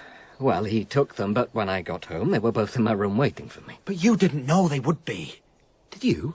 Aye, I did. When I offered you the job of managing my woods, Adam, I wanted... It was more than for the estate. It was because I wanted something of that friendship again. I still do. Something of that trust between us. Well, maybe. But that's the thing. You're not going away forever. And if you leave now, leave Hetty with a false notion in her mind. Well? But you don't have to see her. It can all be made good in a letter. You write it, and I'll see she gets it with no one else knowing. It can all be made good. She has to know you don't love her. Never have. Isn't that right? Yes, he does. I know he does. I should know better than you. And I love him. I know that, Hetty. I saw you. Saw me? Last night, in the woods. What? On the path to the All, I saw you and him. You saw us? And I know he's made you love him. He didn't mean to, but he has. Because I can't believe you'd let him kiss you like that if you didn't love him. Yes, he kisses me. And gives me things, earrings, gold and garnet and pearls. I can show you them. Real gold. Real love, Adam Bede. Marrying love. He's a gentleman, Hetty. He could never marry you. Yes, he could. We could marry in secret like Mr. James and the doctor's niece. By the time anybody knows, what could his grandfather do? What could Aunt Poyser do? The captain's no doctor's assistant. He's to be landlord of this estate afore long. And what'll that make me? What it's made you now is his plaything. How dare you? Hetty, he's been trifling with you. He meant no real harm, but that's what it's been. No. You're so young, Hetty. You haven't seen much of what goes on in the world. Have I not? Have I not indeed? And how much of the world have you seen? Enough to know that if anyone else but me had been on that path last night, you'd have lost your character. What's my character to you? Or is? Maybe you called him a friend when you were little, but I have a letter from him. A letter for you. He's gone off early to Windsor and he left it with me afore he went. It'll tell you what I just have, the truth, that he never has. Here. You don't have to read it now. Keep it till you're on your own. No. I'll read it now. Dearest Hetty, when I said that I loved you, I spoke the truth. I loved you then, and I love you now, truly. But I should have resisted that love. You know so little of the world in which I must always live, and in which we could never live together. If I were to marry you, I should only be adding to any wrong I've already done, and your grief in the end would be deeper. For myself, it would be to offend against my duties elsewhere, to my family, the estate, my regiment. And since we cannot marry, we must part. Hetty, the fault has been all mine. I have been unable to resist the longing to be near you. And I wish you could be angry, not sorrowful. Be angry with me, my love. And then later, try to forgive. And know that if ever any trouble comes to you, I'll do all in my power to help you. Try to forgive. And to forget. Forget as much as you can. Except that I shall always be, as long as I live, your affectionate friend, Arthur. Does he tell the truth? Yes. I'm sorry, Hetty. He's a good man, but he has his weaknesses, like us all. Yes. Do you think you might... What? You could write to Dinah. Dinah? Ask if she might come and be with you for a while. I've no need of Dinah. I've no need of preaching. I'll go inside now. Hetty, wait. You have to know. You've done nothing wrong, not knowingly. And you're the same as ever to me. And I'm still the foreman at Burgess. What I mean is... What do you mean? I may be partner there someday. Who knows where it might lead? Maybe someday I'll build a bridge, or a factory, or a town hall. A town hall? Well, why not? Who knows? I do know I could make a wife comfortable. I can afford to do that at least. And I'd want to marry. Or I would unless you won't have me. I'd only want to marry you. I'm going inside now.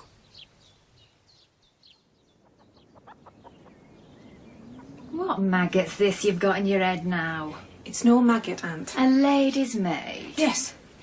I think I'd like it better than farm work. Aye, because you think there'd be no more to it than wearing finer clothes than you were born to. No. I like the work, the needlework and the lace mending, and Mrs. Pomfret says I'm good at it. She's even said she'll help me find a situation. Aye, but Hetty, lass, it wouldn't be half as good for your health, shut indoors all year. I'll get good wages. Wages? When this family's at their own bread and cheese as far back as anybody minds? Your aunt's right, Hetty. I wouldn't have liked to see you take a wage. A move like that's for them as has got no home. Aye, not them as wants to get rid of home. I was glad to have Mrs. Pomfret teach you them skills.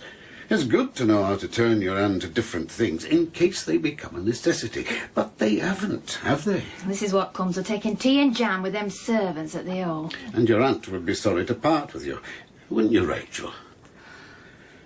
And you've got as good a chance as anybody in the county of getting a solid, sober husband. Someone better than one of them valets or grooms who are neither common man nor gentlefolk. Is that what you want? We can do better for you than that, Hetty. You think that would be a finer life than being with them that are kin to you? Well, she's got her mouth buttoned up face on. Hetty? Like a cherry with hard stone in it.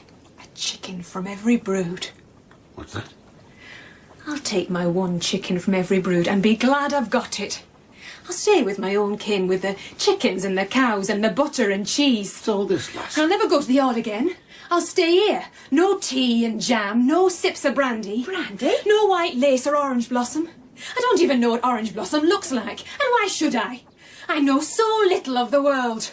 I'll never ride in a coach or go for dinner in brocaded silk. I'll forget what a dress like that even sounds like when it sweeps the ground. I'll forget. Forgive and forget. Forget as much as I can. And I'll always be, as long as I live, here, with my own kin, my own kind, and marry Adam Bede. I'm the same as ever to him, and he can afford me. I'll marry Adam Bede.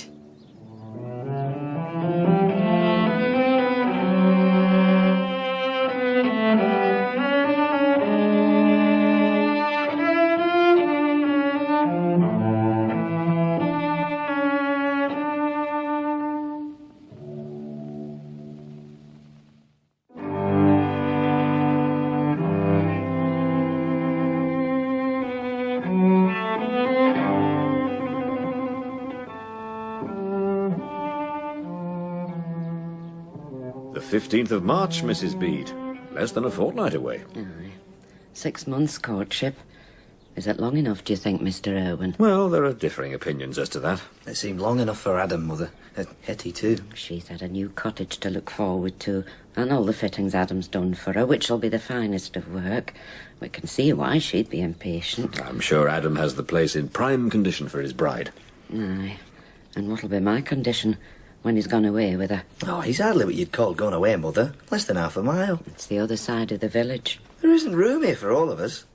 I wonder if there'll be room for my feet under her table. Of course there will. Which my son made for her. Is Adam about, Seth? No, he isn't, Mr. Irwine. He's gone to Snowfield. Snowfield? Where Miss Morris lives? Aye. Hetty had gone there to spend some time with her cousin. Adam's gone to fetch her back. Maybe bring Dinah with them. Oh, and that would be a blessing. There'll always be room for that one in this house. Have you met Dinah, sir? Yes, I have. You know she's Methodist, like Seth here. Yes. And a preacher. But for all that, any mother would be proud to have that one as a daughter. When will Adam be back? Oh, we expected him today. Tomorrow at the latest, I should think. Fine. Will I say a prayer with you before I go, Mrs. Bede? If you please, Mr. Irwine. We can pray that Adam brings Dinah back with him. It's true enough Adam's still poorish. Aye, but not for long. There's money in that lad's mind. As sure as there's money in a sown field. And, of course, me and Rachel are helping with some bits and pieces to get them started. Aye. And pillow feathers and linen. I never sell a fowl that isn't plucked first. And that wheel there's spinning every day of the week. Adam fixed the wheel himself. He's a fine young man, Adam. That he is. I doubt if you'll ever marry a finer-looking couple, Mr. Irwine. You may well be right, Mr. Poyser. And Hetty's expected back by tomorrow, is she? Oh, as a matter of fact, she's been expected a few days now. Really? Aye. That's why Adam's gone to fetch her. How long has she been gone? Over a fortnight. And only a fortnight till the wedding. Well, I hope she hasn't been taken poorly. Oh, no. I think it's more likely she's had to wait till Dinah's free to come back with her. We thought it would be good for Dinah to be here with Rachel for a while. For the wedding, like. I doubt she'll come. Not unless Hetty's persuaded her the folks here are more miserable than in Snowfield. Dinah will go where the misery's deepest. You know what these Methodies are like, Mr. Irwine. Yes. Well, I'm sure you're right, Mr. Poyser. Dinah has her mill work and her society. Hetty will have had to wait till Dinah can get free. Or maybe she's simply been enjoying her cousin's company. That'd be a change. Well, she has changed, Rachel. You have to admit she can be closer tempered than we thought. Quite grave and steady. Too grave, maybe. I've seen times I couldn't draw a word from her with cart ropes. And she seems to think less about her dress. That is a change. Less childlike, you might say. As we'd expect, eh? Since she's soon to be fully a woman. Aye. And approaching it all quite steady and grave. But with the sweetest smile whenever Adam appears. Aye. It's a new smile, that.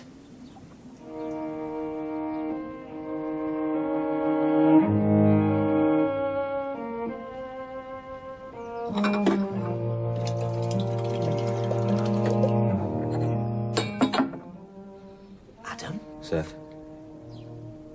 I'm just a pot of tea and some bread. Then I have to go. Go where? Sit down. Just have a bite.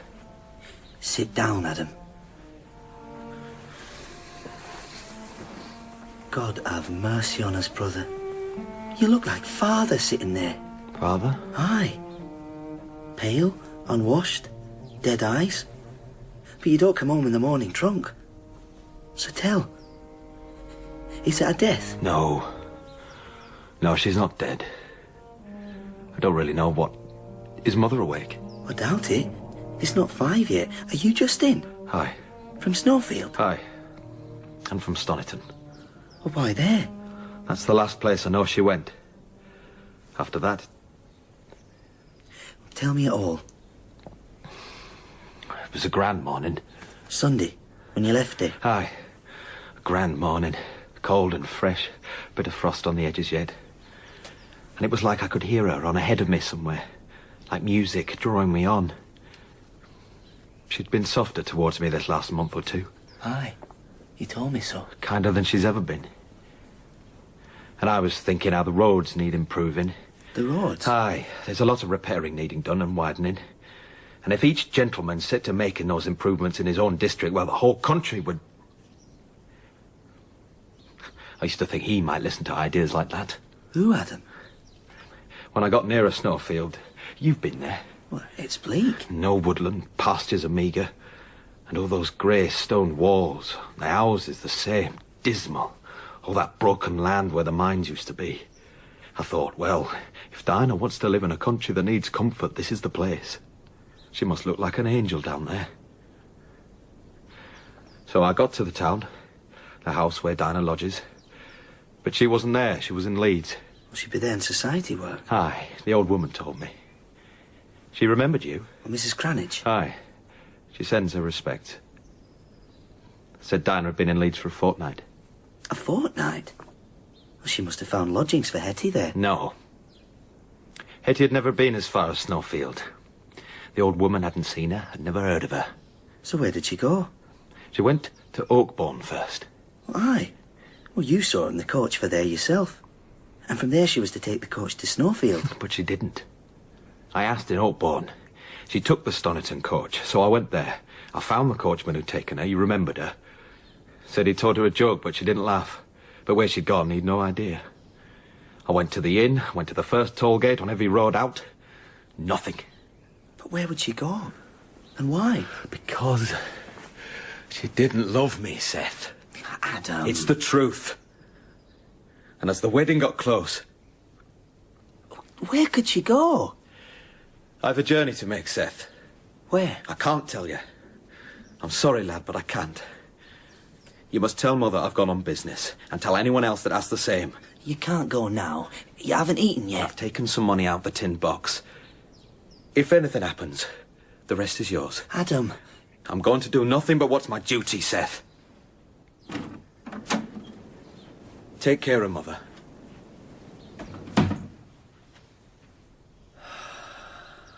I knew she'd bring trouble. Mother, I didn't hear you get up. To Adam and to my house. Mother, sit down.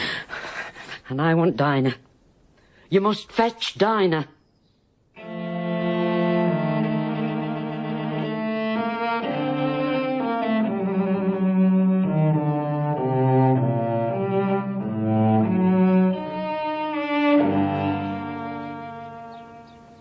I thought there were too much sadness in that smile of hers. It's not sadness can have taken her away. No, more than that. She must have mistaken her feelings for me. Then she didn't deserve you, Adam. And with the wedding getting close. Aye. And everything got ready. Pillow feathers and linen and all. They won't go to waste. But maybe she's gone to be a lady's maid. Mind she got that in her head 6 months ago. She need a situation to go to. Aye. So she may come back. If she's gone looking for a place, doesn't get one. Aye, she may, Adam. And I'd hope you wouldn't look too harshly on her. There's a time for harshness, lad, but this wouldn't be it. We won't turn our backs on her. Isn't that right, Poyser? As you say, Rachel. As I say. Not as anyone else in this village says. Whatever they say in church or alehouse, we won't turn our backs on her. So you've told your brother and her aunt and uncle? Aye, sir. But I haven't told all I know. What more do you know? I'll tell you, sir, as you're the gentleman I look up to most of anybody. If something happens, here or where I'm going, you'll know where I am. There's someone else, you see, Mr. Irwine. Someone else? Someone else concerned in her going off. Another man besides me. Sit down, Adam. Thank you, sir. Where do you plan to go? Windsor. Windsor. To find Captain Donithorne? And to find Hetty. I'm near certain she's... His name came quick to you, sir. Who else would you be seeking in Windsor? But you won't find him there. Where is he, then? In Ireland. Ireland? His regiment was sent there a fortnight ago. I don't know if I have the money to get that far. Maybe, Mr. Irwine, you'd see You your... won't need to go to Ireland, Adam. Now, tell me what else you know. I thought of him as a friend, Mr. Irwine, though he's a gentleman. I've done since we were lads. And I was glad and proud that I was going to be working close with him. And you think Arthur has done something unworthy of your pride in him? I know he has. He's deceived me. Deceived you? Would she set off to find him on her own? I mean, uncalled for? I can't see that, sir. He must have written to her, sent directions, and maybe money. And that means he wanted her with him. That means he deceived me. He lied to me. Why are you so sure that Arthur is the man? I saw them. More than 6 months ago now. I saw them on the path through the woods, the path to the Old. Saw them together. And you confronted them? I confronted him. He's got a place set up there, a summer house place, all set up with carpets and brandy. He told me she was never there, but now I think he lied about that too. It was more than flirting. Our deeds arise from our nature. All deeds have consequences. Consequences are without pity. Mr. Irwine, do you know something of this? Arthur came to me, Adam, before you witnessed what you did. And he told you? No, but I think he wanted to confess, but I didn't press him. If I had... Oh, he'll confess to me. I'll see he does this time. If I can find him. Find them. No, Adam. I can't give in, sir. Not so long as there's an ounce of hope. I know that, and you must hold to it. I have some money. If you lend me just a little more, I can get to Ireland. Hetty's not in Ireland, Adam. She's not in Windsor either. You know where she is? Yes. I had a letter this morning, just half an hour ago. A letter from Hetty? No. You must bear this, Adam, while there's an ounce of hope. The letter was from Stoniton, from the magistrate there. A magistrate? Yes. Hetty is in prison. She's been arrested. I was in Stoniton. A child was found. A dead child. What child? Hetty's own. She's been accused of the murder of her own child.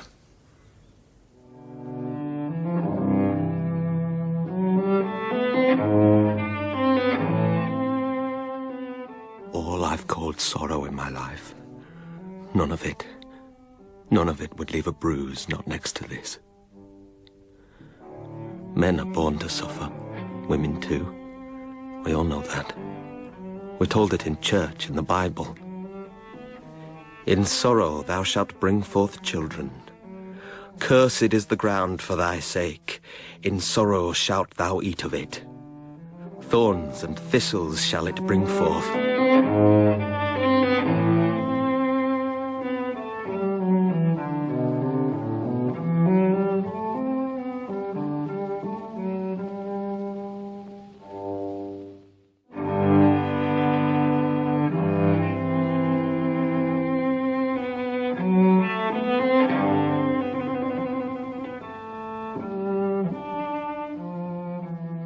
If there's been a crime, it's his, not hers. He taught her to deceive and he lied to me. Maybe he was lying even all those years ago, when he was just a lad and kicked over old Davy's broth. He gave his pencil case and his knife to make up for it. Said he didn't know old Davy'd take them just to give them back, that they'd be waiting in his room when he got home. But maybe he did know. Adam? Maybe he knew all along. Who did? Knew what? I think he was lying even then. You mean Arthur?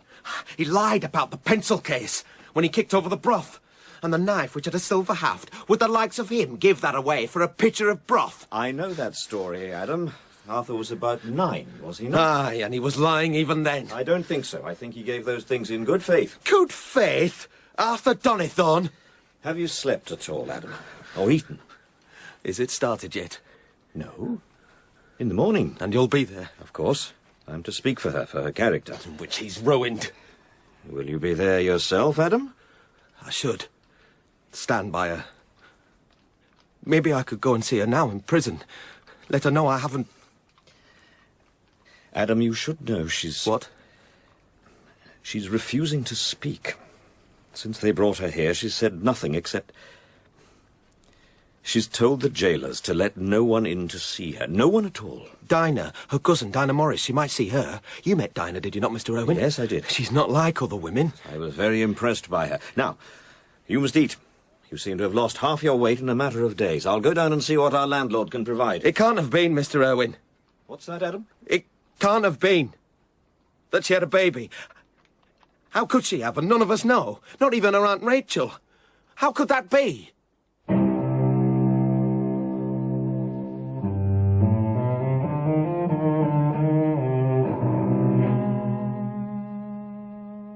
I saw her onto the coach myself.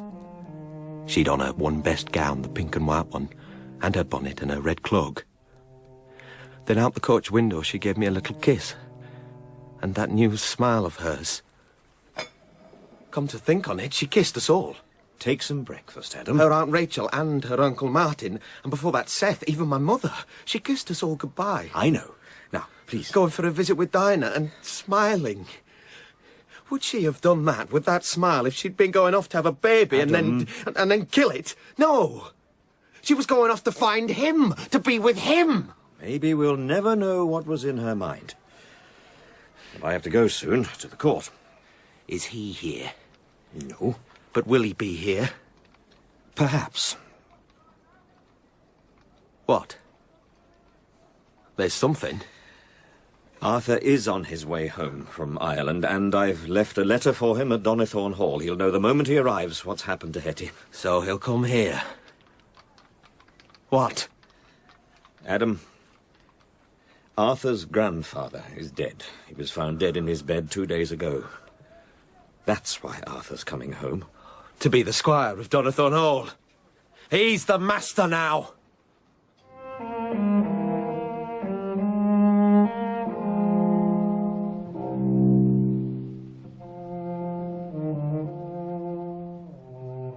In a way, that was the hardest moment of all.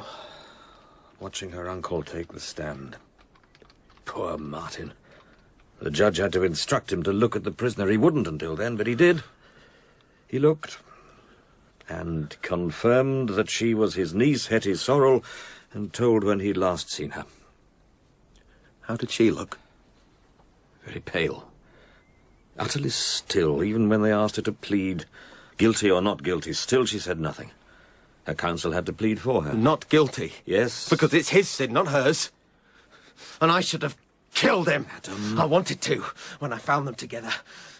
I still do. Still want to. For justice. Not justice, Adam. Passion. But if you were to obey it, you'd commit another wicked crime. Another? You think she did it? You do? The evidence is strong against her. What evidence? But we may still hope. We may hope for a pardon, a recommendation for mercy. What evidence? A man named John Olding spoke this morning. He's a labourer. He told us how he saw Hetty in a field 2 miles out of Stoniton. She was sitting under a haystack. He thought she was a beggar woman at first, but as he came closer, he saw her clothes were too fine. It was her one best gown, pink and white. Yes, and a red cloak. When she saw him, she got up and hurried away. No business of his, he thought, and carried on. He was going through some trees when something caught his eye under a nut bush. Something odd and round and whitish, those were his words. He bent down to pick it up. It was a baby's hand. Grass and wood chips had been gathered round it to cover it, hide it. But the hand seemed to reach out. So this man saw Hetty, and somewhere else he found a dead baby. He never saw them together. He doesn't know how the baby got there. He doesn't know the baby was hers.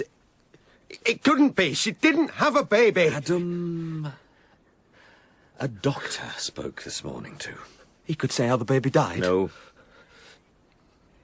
But he examined Hetty. She has given birth.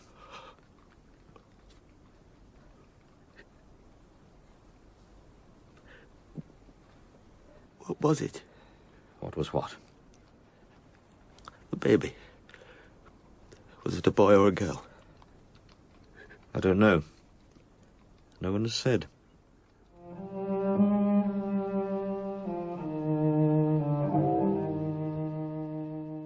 All I've called sorrow in my life. None of it would leave a bruise, not next to this.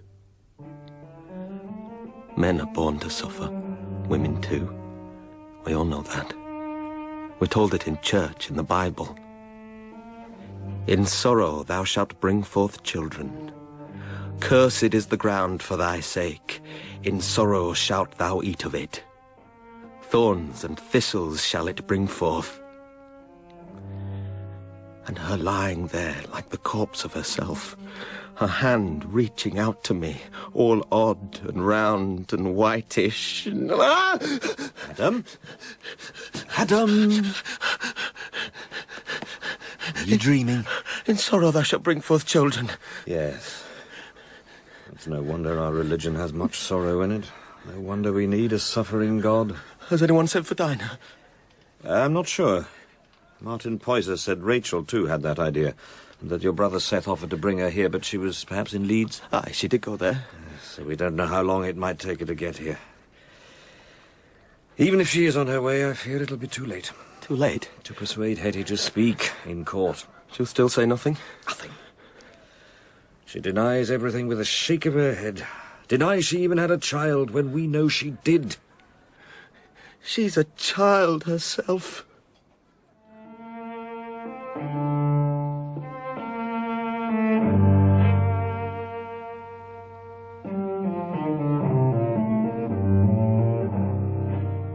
I told the court of her unblemished character all her years in my parish.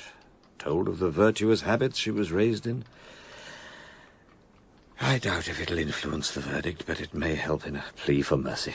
Mercy? Has anyone else spoken? Yes. Who? Are you sure you want to hear all this? Yes. Tell me. A widow who keeps her shop here in Stoniton, Sarah Strong. She sells tobacco, snuff, tea. Hetty appeared at her door looking for lodgings. Mrs. Strong at first said she didn't take in lodgers, but Hetty began to cry. Said she wanted a bed for one night only. She was on her way home, but she could go no further. On her way home? Yes. Said her family were farming people some miles away, and she was on her way there. She was coming home. That's what she said. Mrs. Strong thought she seemed a decent girl, that maybe she'd been led wrong, and if she was trying to get home to her family, it would be as well to keep her out of further harm. So she said Hetty could stay the night. And during that night, the baby was born. Mrs. Strong helped her through the birth. Did she say if it was a boy or a girl? No. And no one asked? No one asked. Next day, Mrs. Strong said she'd write to Hetty's family for her if she'd give her the name and address, but Hetty said no, she'd write herself soon. And she seemed to have a strange look in her eye. Strange? How strange? Well, that's all the woman said. A strange look in her eye. And flushed. It might have been a fever coming on, she thought, so she went to fetch a friend of hers, someone skilled in dealing with such a thing. When she got back, they were both gone. Both of them? Yes. The baby, too? Well, yes. But don't you see? See what, Adam? She must have cared for it, the baby. Else why would she take it with her? If she'd wanted rid of it, she could have just left it there. She could have gone herself. I suppose she could. And then the baby died. It just died on its own. Babies do. Then why won't she say that, Adam? Thorns and thistles. What? All she's been through. Bringing forth in sorrow. The secret she'd kept to herself all those months. She was alone. She'd be frozen inside, dumb. She's a child herself, made dumb with it all. If this is true, Adam, she has to say it.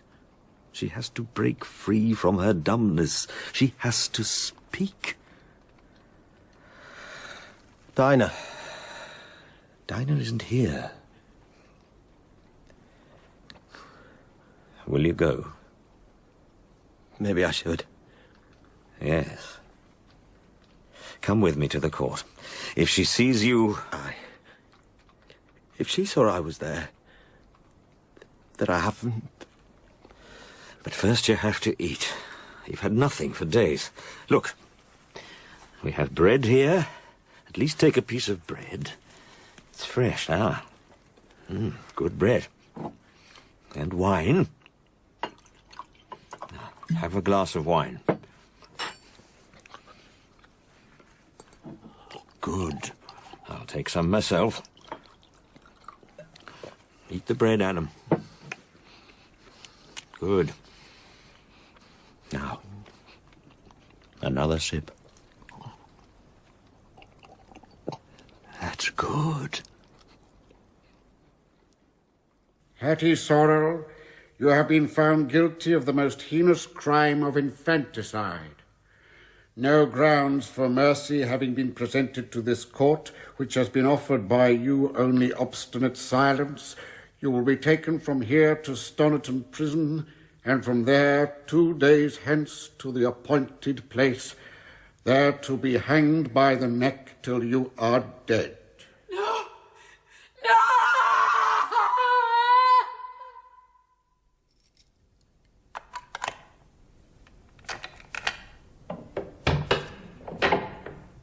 Hetty. Look at me, Hetty. Don't you know me? It's Dinah. I told you I'd come to you. Did you think Dinah wouldn't come?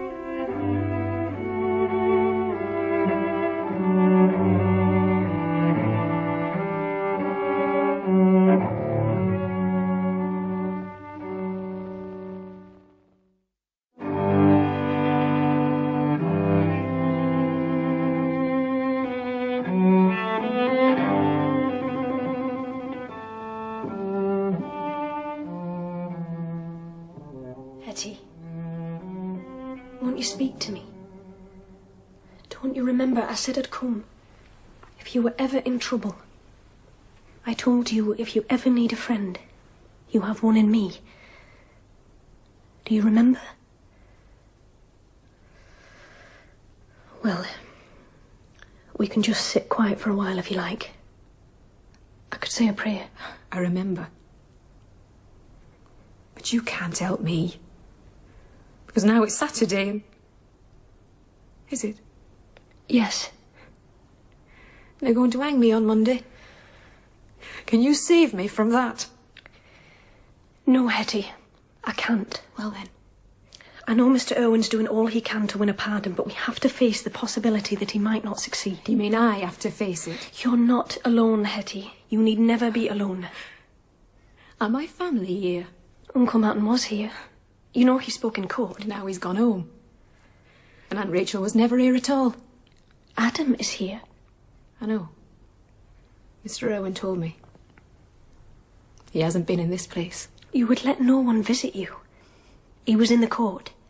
Didn't see him. He was there, at the end. I saw all the ladies. Ladies? Lots of fine ladies with bangles on their arms and feathers in their hair. But none of them had earrings like mine. Gold and pearl and garnet. And they were real. He gave them to me. Arthur. Do you want to talk about Arthur? He loved me. He still does, and I love him. That's all. That's not all. You bore him a child, and the child is dead. There was no child. Hetty, listen to me. I told you you need never be alone. You're not alone. There's someone with you now. Someone besides me. He knows your every secret, your every thought. Maybe he does know. But you don't. You can't. I know this. You're shutting up your soul against God. Am I? Yes. And what pardon can you expect then after Monday? Is that why you're here? To frighten me with hell? To bring you to the truth. The only truth that can save you, save your soul. My soul? God's love can overcome all things. It can overcome all except willful sin. Sin that we cling to. Wickedness we won't give up. It wasn't wicked. What? There was no wickedness. Hetty! Maybe I sinned when I told lies so I could be with him. Told lies to me aunt and uncle and to you. I'll confess I sinned when I told the lies. But there was nothing wicked when I was with him. In the summer house. The Hermitage, his most secret den. On the ottoman there. Or on the floor. With a taste of brandy on my lips. And the taste of him. And that's what you can't know. What you can never know. That's love. Which is so far from wicked. You'll never hold love like that in your arms. Feel him inside you like worship. Is that what you want to hear? And this worshipping man, he left you. He'd no choice. But he still loved me. He told me so, and it's true. He told me if any trouble ever came to me... And that's where you were going, to find Arthur, when you knew you were expecting his child. There was no child!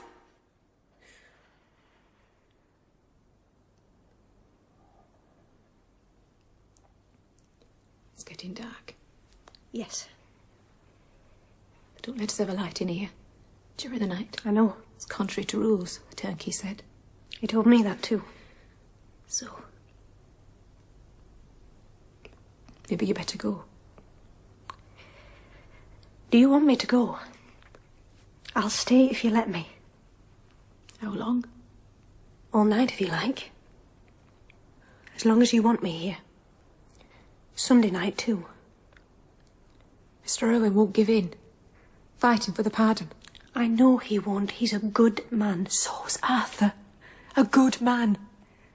Even Adam said he was. Said it even after he'd seen us together. So don't expect me to say loving Arthur was wicked. Don't expect me not to remind you of God's saving grace. Adam saw you with Arthur. Saw us kissing. And then asked you to marry him? Yes. And you said you would? Not right away. But why? I still thought there might be another way. Maybe I could go away as a lady's maid. Something. Anything. No, I mean... do you love Adam? Did you love him when you said yes? No. How could I love Adam Bede when I loved Arthur and Arthur loved me? I'm sorry, Dinah, you don't understand these things. Then explain it to me. You loved Arthur, but you said you'd be Adam's wife. Why? Because Arthur couldn't marry me. And I knew he wouldn't be able to go on, so what then? The rest of my life on the old farm, milking and making butter, tending to the chickens. And I do like Adam. I've always liked Adam, I suppose. He's always just been there. But now he had prospects. He was going to be a partner at Burgess and work on the estate too, some kind of manager, and then the handicraft work with his brother. Was it Seth that fetched you here? Yes. I thought it might be. It was Aunt Rachel's idea.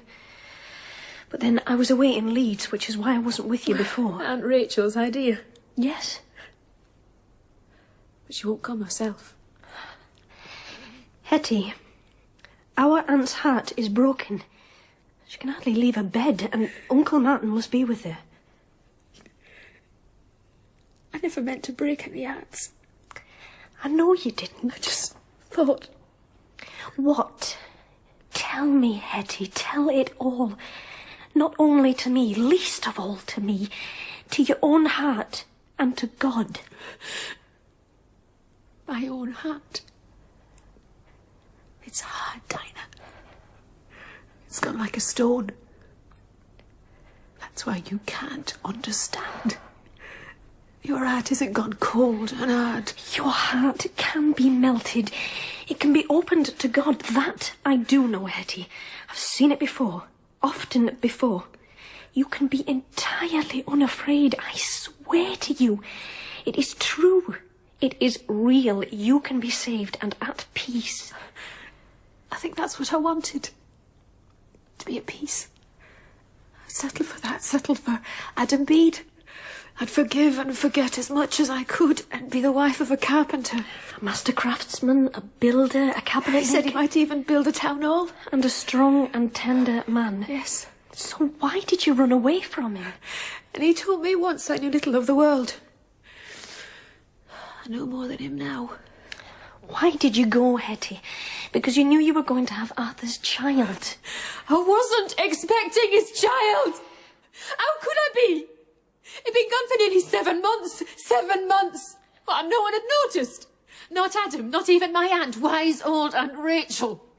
She'd have had to be blind. Blind to me, at least. You would have done all you could to conceal it. And it's not something Aunt Rachel would be likely to suspect of you. Unthinkable to Adam. You're talking of things you don't understand again. Oh, Hetty, I'm a Methodist, and I preach the word of God, but I'm not a cloistered nun. I work in a cotton mill. I go into the worst slums and hovels and prisons in the country. And hear lots of confessions. Yes. Ever made one yourself? Of course. We all sin. What could you have to confess? Weakness, lapses of faith, moments of despair. Oh, despair! Have you ever sat by that pool below the Scantlands? What pool? Off the Treddleston Road out of Hayslope, down to the Scantlands, the pool with the oak tree and the elder bushes. Have you ever sat there and looked into it when it's still full of winter rain? No. I have. And wondered what sort of bed it might make. Hetty. Will you make me a promise? What promise? Nothing dreadful. Nothing sinful, anything but. Then of course. I'll tell you about the pool. And about going away. And then you make the promise. If you do, I'll tell you the rest. All of it. All right. Yes. Right. It was the middle of February. What's it now? The 13th of March. Then I'm to be hanged on the 15th. That was to be my wedding day. Oh, Hetty, cousin. Don't. Listen. I was going to Treddleston to buy things for the wedding. Aunt Rachel had been scolding me for days to get them, so I set off in my red cloak and my bonnet, and I felt homeless. Why could they all not see I didn't belong there with them? It was like no one could see me. Not even Adam, and all his gazing with those clever eyes of his. He couldn't see me. When I got on the road between the high hedges, I could walk more slowly. I didn't have to worry about how my face looked or how high my shoulders were. And I walked slower and slower till I stopped. I didn't know why at first. I wasn't thinking at all. Then I saw us at a gap in the edge, and I still didn't know why, but I went through it into the Scantlands, rough pastures no one could do much with. I was right beside it before I remembered. I dreamed dreamt about this place. Just last night. The pool with the oak tree and elder bushes round it. The water was black and this is just where I stood in the dream. The very same grassy bank, looking down into it, thinking it was a bed. My bed. I'd lie down in my bed with no husband and no one would ever find me. I was just about to step in, stretch out, when I was awake. And I knew they would find me. I knew I had to go away. I'd thought that before, but I couldn't see how. It was Uncle Martin told me how to do it. Like, there's a thing. Uncle Martin giving me the idea how to get away.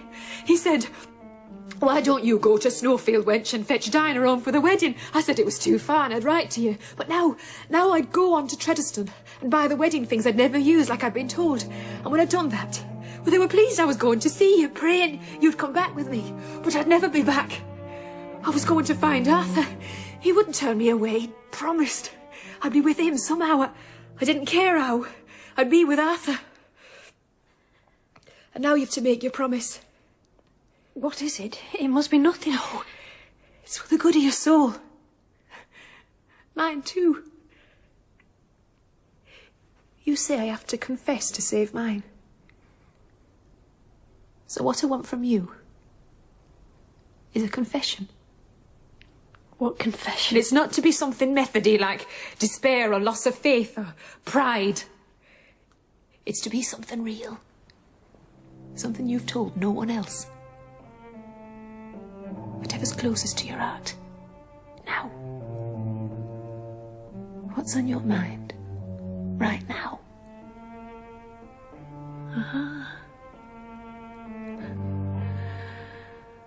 I know you'd never break a promise, Dinah.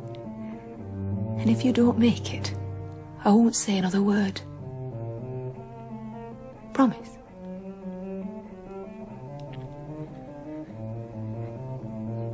Yes.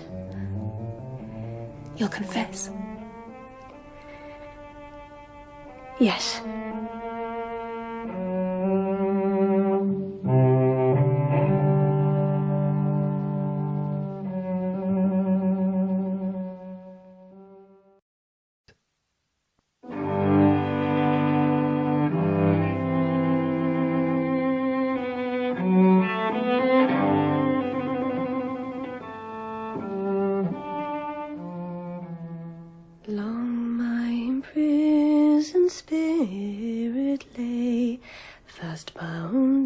Sin and nature's night, thine eye diffused a quickening ray.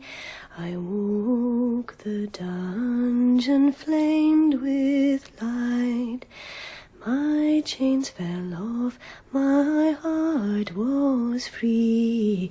I rose, went forth, and followed thee. Is that one of your Methody hymns? Yes. It's by Mr. Wesley's brother, Charles. I thought you were asleep. I haven't slept since... must be days. Maybe if I held you. I sang lullabies instead of hymns. I wish I could see you more clearly. I don't think your heart is... The dark's good for stories.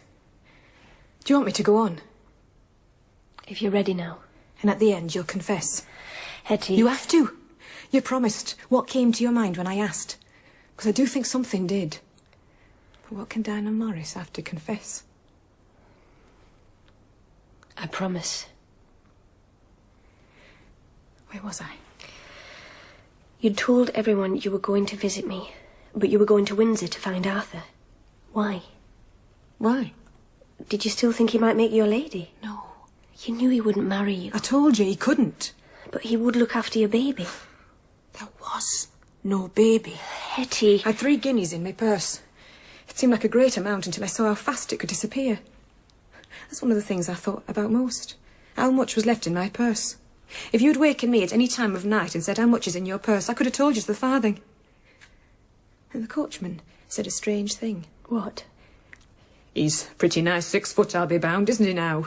What did he mean? Why, the sweetheart as you've left behind, or else him as you're going after. Which is it? Did he know me? Did he ignore Adam or? I didn't take another coach. I just walked. I'd fix on a tree up ahead or a corner or a gate. When I reached it, I'd feel something was done. Then another tree, another gate, round the next bend in the road. I thought I was going on well. Then I saw a milestone. It was the first I'd noticed. And I'd come only 4 miles. Felt like 10. And it started to rain.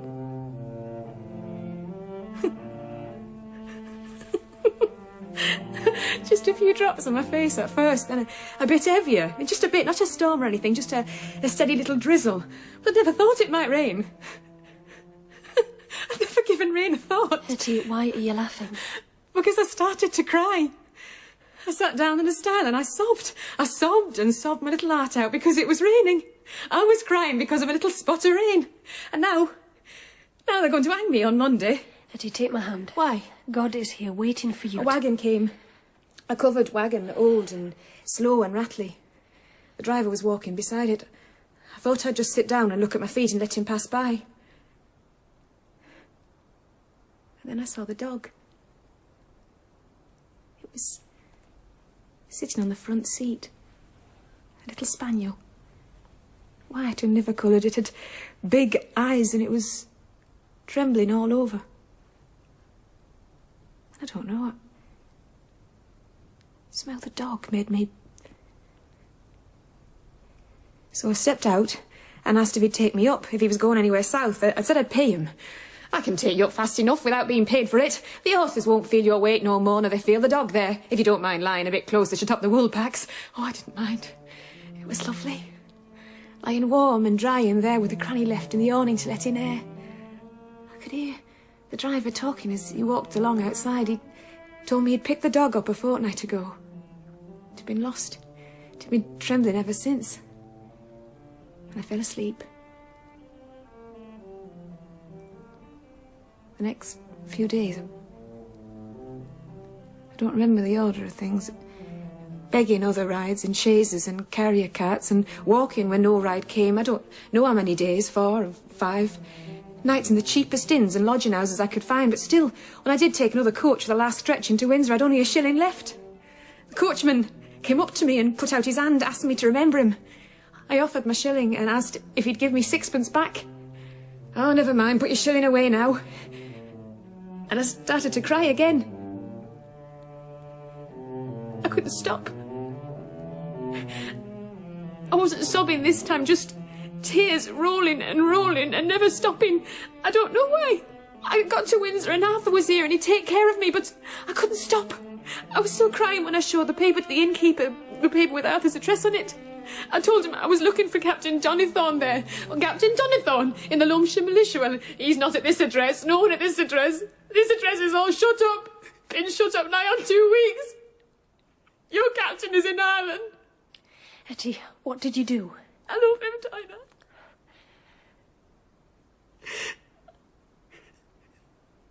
I'll always love him. Yes. What happened then? Can you tell me? I fainted. And then I was ill. And that was good. It was good to be ill? Oh, yes. In a soft, warm bed and the innkeeper's wife to look after me. I could sleep all I liked. It was like a dream. Like when I was a child, when I was ill like that as a child and Aunt Rachel looked after me. I don't know how long I slept. I just remember sitting up and I put my feet on the floor and I thought, I've got no money left. Money to do what? Not to go to Ireland? No. To go home? Home? No.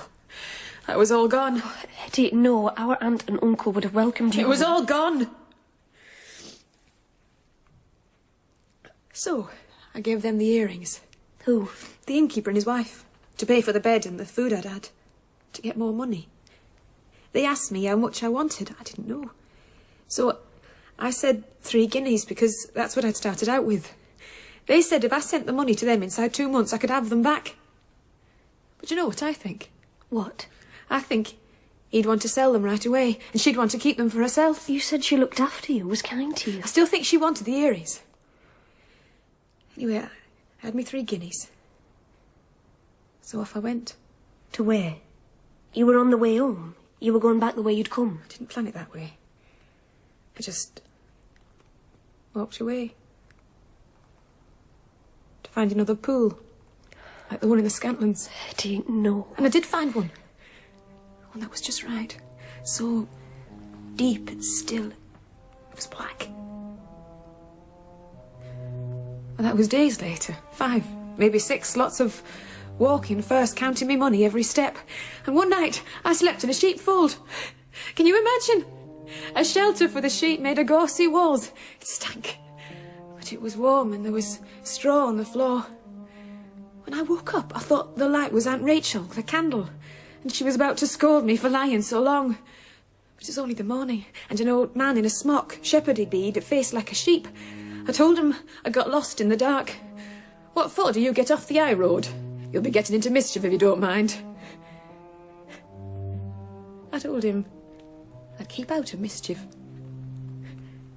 Anybody'd think you was a wild woman to look at you. It was that afternoon I found the pool. I knew I'd have to drown me basket as well. So I found some stones and I was going to put them in to weigh it down when I saw I still had a bun. So I sat down and ate it. Nori. I'd all night to drown myself in. And I fell asleep. When I woke up, the first thing I thought was, I've got a guinea and 3 shillings and 4pence left. Why kill myself when I've still got money? And I started to laugh and cry as well, like tears of joy or something. I kissed my own hands to warm them up because they were mine. I even rolled up my sleeves and I kissed my arms, kissed the soft place inside my elbow, crying and laughing and kissing. I think I must have lost my wits a little. I think I must have gone a little mad. Some people think you're mad, you know. I know.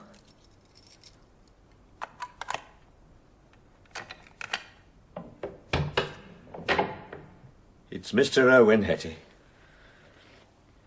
How are you? Miss Morris. Mr. Irwine. I don't understand why they won't let you have a light in here. Have they fed you well enough? They brought in some soup and bread, and there's plenty of water. Good. Hetty's been telling me a story about leaving home, about her travels. And is there anything... She's suffered much, in her mind as much as in body. And the child? She says there was no child. Oh, Hetty. Might Adam come to see her? He will come when he knows, when his mind, too, is... There's no pardon. No, not yet. I've spoken to the judge, 3 magistrates, written to my bishop, and made approaches to the few men of political power I've access to, but I'm afraid my influence doesn't... I will keep trying, Hetty. But if you could tell me more, something that might help them... Is Arthur here yet? No, I haven't heard from Arthur. Maybe he doesn't know. I wrote to him, Hetty, before the trial. It's a long way, Ireland. Yes. Yes, it is.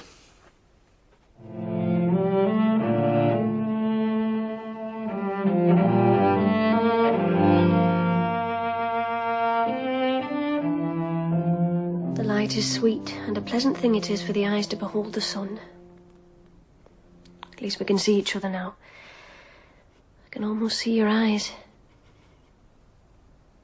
Hetty. Sunday morning, Hetty. Only Sunday morning. We have lots of time.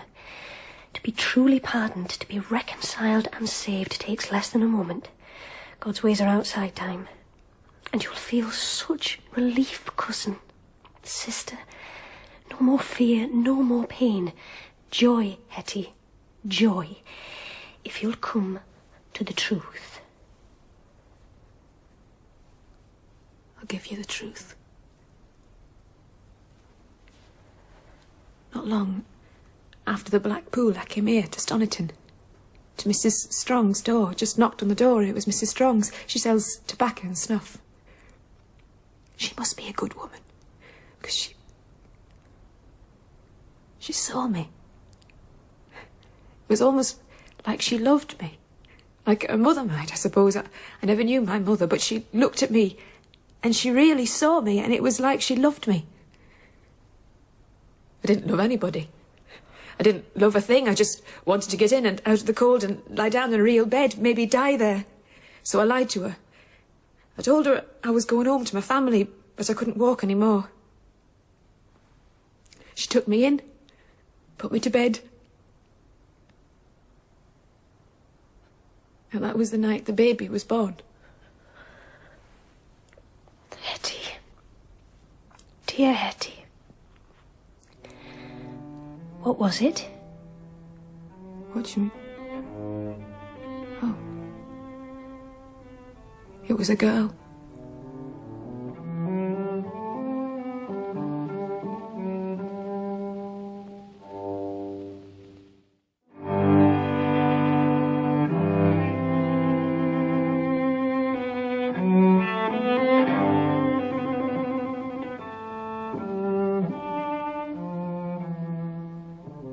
I didn't love it. I didn't love anything. I wasn't really its mother. But you were, Hetty. I didn't even love Arthur then. I think I was too worn out to love. But to love him again now. She was your daughter. It was out now. And it could be got rid of. Hetty, dear God. So, that's what I did.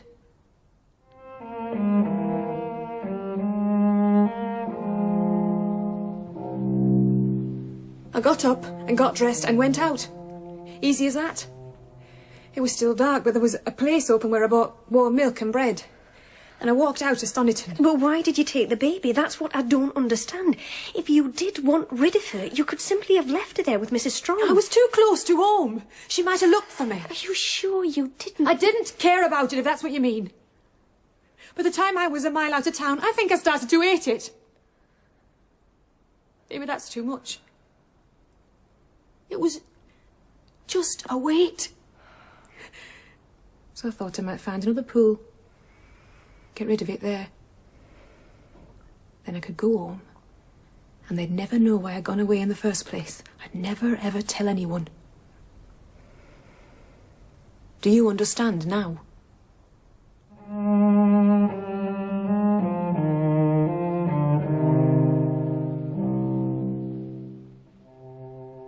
Long my imprisoned spirit lay, fast bound in sin and nature's night. Thine eye diffused. What does that mean? To pour forth, send out. And that's what you think will happen to me? A light will pour down on me? Into your heart, your soul. You'll be set free. Not free of... Whatever happens, Hetty, you'll be free. At peace. A joyful peace. I'm not like you, Dinah. I can't feel what you feel. You have to confess. Confess all. I have done. I don't think you have. Not truly. You haven't opened your heart to God. I know it was wrong, what I did. Wrong? It was wicked. I didn't feel wicked. It was a wicked act, and you must pray for God's forgiveness. I do. I pray for his forgiveness. Hetty. What? You said that when the baby was gone, you'd go home. Yes. And tell no one. Right. And marry Adam. No. But you'd go back to live with Uncle Martin and Aunt Rachel. Maybe tell them I've been looking for a place as a lady's maid, but I couldn't find one. Deceive everyone. Keep your sin in your heart. That's not repentance, Hetty, is it? Before it was born, I did think it might go to you. Oh, I wish you'd done that. But it would have been just like this. Like this? All preaching and confessing. I'm called to preach. Oh, I know. You can't help it, and you can preach without using the preachy words, without saying any words.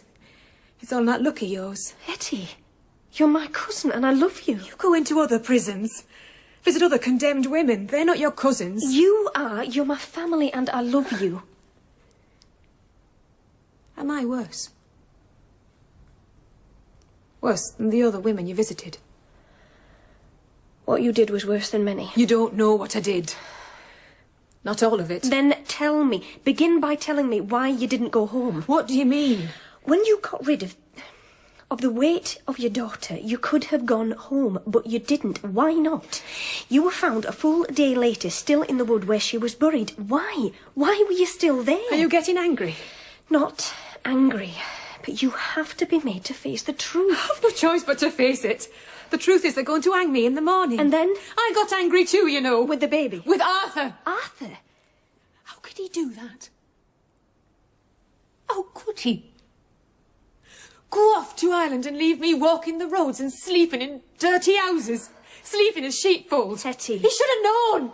He should have known all that awaited for me. He should. A gentleman should know. He ought to know. Why didn't you go home, Hetty? Why did you stay near the baby? I can't tell you. Why not? Because you are getting angry. All right. Maybe we should pray quietly for a while. Or you can sing that hymn again if you like.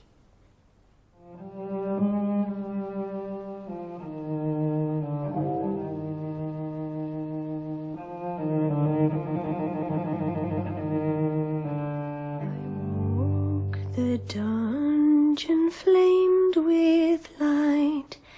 My chains fell off. My heart was free. I rose, went forth, and followed thee. How was it supposed to happen? What? The light diffusing and chains falling off. Me being saved. It may rise slowly in you, like the sun rising through cloud. And I've known some to whom it comes in a moment, a sudden understanding that God has entered the soul. You'll know you're forgiven. You'll know peace and strength. And joy, you said? How can there not be joy when you know that after death you'll be with God, saved from everlasting darkness? I remember I wanted darkness. Not everlasting, but when I left Mrs. Strong's and it was still dark. Then, outside the town, the moon came out of behind the clouds. He was looking at me. It frightened me. I'd never seen a moon like that before, staring at me. I felt I looked as white as it did. So I got off the road into the fields and I came to a haystack. I sat down with a stack between me and the moon in the shadow. Then I found a place cut into the hay like a little bed. So I lay in there, with the baby warm against me.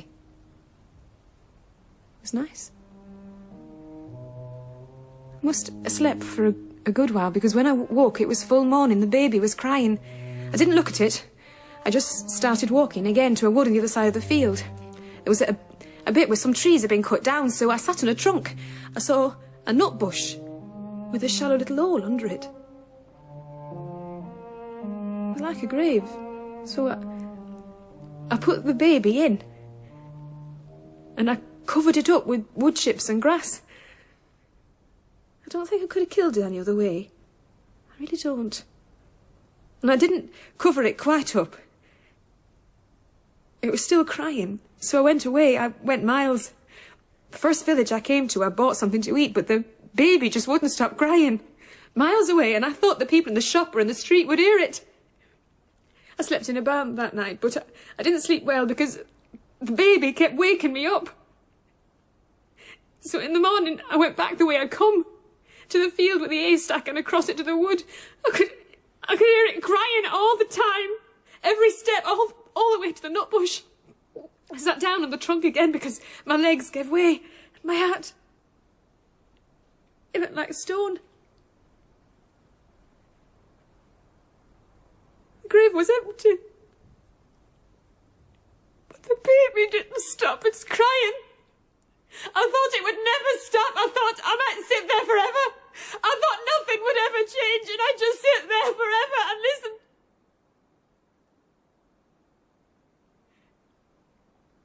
No. They came and took me away. Jesus, thou present Saviour, Thou hast known the depths of all sorrow. Thou hast entered that blackness where God is not. Now let not this lost one perish forever.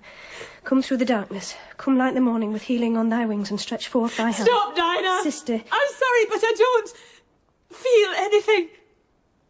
There's no light.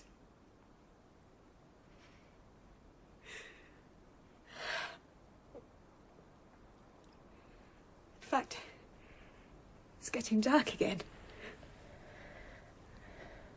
Sunday's gone. And I've told you all there is to tell. Now it's your turn.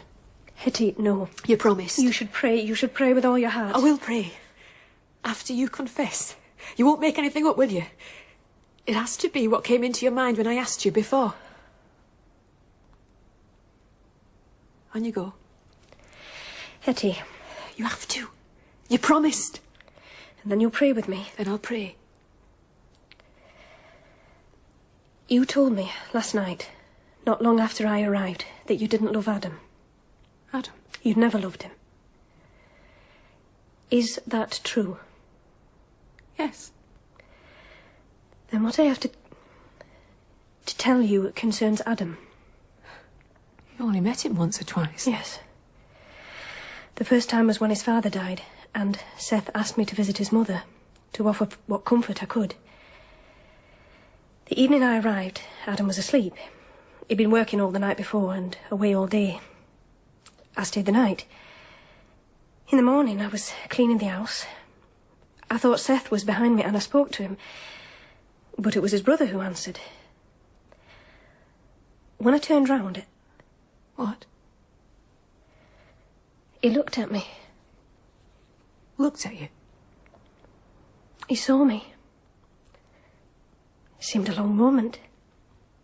It seemed I'd never been fully seen before. You...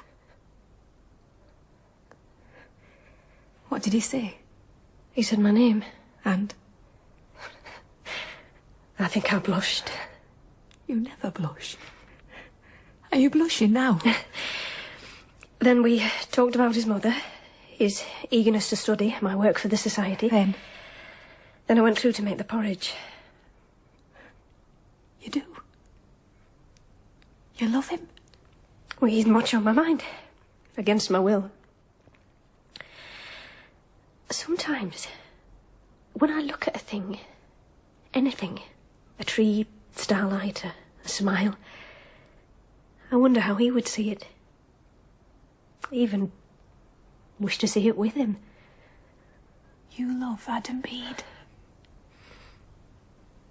And there's more. There's no more. Yes. Only my guilt. My mind being drawn away from my work. Not that. You think he loves you. He loves you, Hetty. He asked you to marry him. But if I wasn't here, and after tomorrow I won't... Hetty, don't say such a thing. And anyway, my heart's set another way. Not as set as you've made out. I will never marry. My chains fell off. My heart was free. I rose, went forth, and followed thee. Don't, Hetty. He doesn't love me. If he did, he'd be here. Arthur isn't here. What? I'm sorry. Arthur's in Ireland. Hetty. Mr. Irwine said he wrote to him there. No. He said he'd written to him. But he left the letter at Donathorne Hall before the trial, because he knew Arthur was already on his way home. His grandfather has died, and he was on his way home for the funeral. I think Mr. Irwine wanted to save you from... The truth. And you'd save me with the truth. Hetty. A funeral. Yes. He'd have to come home for a funeral.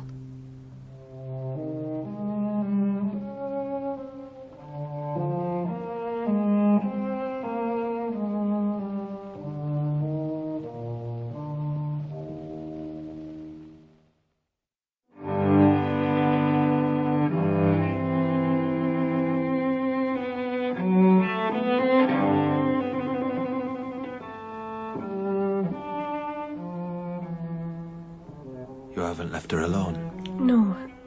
Mr. Irwine's with you. He's a good man, Mr. Irwine. Yes, he is. I've always said that. Always said he'd act up to what he preaches. And he preaches moral and to the human point. I'm sure. No ranting and doctrine. And he's fought so hard to win a pardon, a reprieve. I know. There has to be a reprieve. Mr. Irwine is helping her to write a letter to our aunt and uncle. It can't happen, Dinah. I can't even bring my mind to it. It'll have to be put off. I can't keep track of time these days. Is it very late? Yes. It's very late. She's told me all of it, Adam. She's confessed. Mr. Irwine says there's still hope. We have to bear it all, he says, while there's still an ounce of hope. Oh, Heavenly Father, comfort you and strengthen you to bear all things. What did she tell you? The child was alive when she... Oh, dear God. All she did was cover her with grass and chips of wood. I think she hoped someone would find her still alive. It was a girl, then? Yes.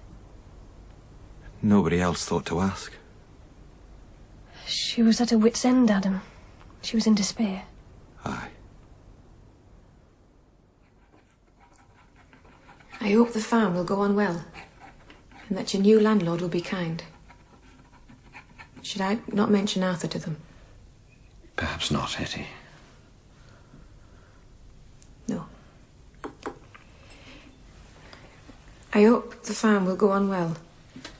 I know Adam will be all the help he can be to you. Can't think of anything else. Should you tell them how you've confessed and repented? Ask their forgiveness? I suppose. Shall I write that, then? But if they'd let me go to be a lady's maid, none of this would have happened. Would it not? I'd have been a good lady's maid. I'm sure you would. Mrs. Pomfret said so. I hope the farm will go on well. I miss the smell of the dairy and the taste of the currants. I almost miss the chickens. I didn't mean to break any hearts. Adam will be kind. Dinah has a secret. I confess. I repent. Forgive me. Your loving niece, Hetty. Dinah has a secret. She confessed it to me. We all sin, Mr. Irwine. I'd like to write to Arthur now. To Arthur? Unless he's here. Is he on his way here? I don't know where he is, Hetty. No word from your magistrates and bishops. Better write then. Hetty, there are other things. What other things? It's late. And you have to be prepared. Prepared? There are things you should be told about the procedure. What will happen when the time comes. Will you come back with me, Adam, and visit her? She wouldn't see me. She wouldn't before. I think she will now. She knows I'm here, and although she's admitted to what she's done... What? Her soul is still in great danger. Her soul? She knows what she did was wicked, but I wanted to know God in her heart. Know his forgiveness, his salvation. And for that she must pray, beg and pray truly in her heart. And how would I help that? By letting her see that you forgive her. I do, of course I do. Then come with me and tell her so. If I could do something, Dinah, anything, I'd do or bear anything. But to wait here, to sit and walk and sit and walk and do nothing. It would not be nothing, Adam, to be with her now. Not when they... I couldn't watch that. No, no one would ask that of you. There'll be those that are keen to watch. Like a day at the shows. There will be idle, brutish people there. But there will be much pity, too. Pity and grief. You've seen it before. Yes. First of all, the sheriff will come in. When? Well, the cart is to set off at 7:30, so a few minutes before. A cart? I go in a cart? Yes. Is it far? Not so very far. But the streets will be full of people, no doubt, and I'll be safer in the cart. so the sheriff will come in with his officer. What officer? Oh. Will he be wearing a mask? No. He'll ask you to forgive him. Oh? Will he then? I knew her faults. I thought I did. But I was sure she could be loving too. That she'd grow to be tender-hearted and a good wife. And I'd have taken care of her. I know you would. I never thought she'd tell lies like that and act deceitful. No. And all because of him. If he'd never come near her, if she'd married me and let me take care of her, she'd never have done a bad thing, would she? Would she, Dinah? She was young and weak and vain. Aye, but Dinah... I know, with you as a husband. But her weakness and vanity did lead her to sin, and her sin to misery and dread. And that's all done now. We have to look for the present good. What's this? Good? Is this your Methodist doctrine? I hate that talk. Some good may come out of it.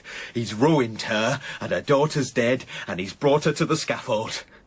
Where's the good? The good that can be here, that is here, is love. God's love. And our own. I won't be on my own, will I? On your own? In the cart? No. I'll be with you. And God? Of course. And Dinah? Will I let Dinah be there? If you want Dinah with you, I'll make sure she is.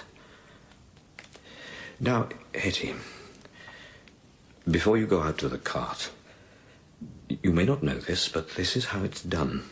Oh, what's done? The rope, Hetty. It's placed around your neck, here in the cell, before you go out to the cart. Why? It's to allow all to go smoothly at the appointed place. And it can be smooth, it can be quick and painless. If you want time to speak to the witnesses, you may. Or you may pray, of course. And then you must indicate to the hangman that you're prepared. You'll place a cap over your head. And my chains fell off, my heart was free. I rose, went forth, and followed thee.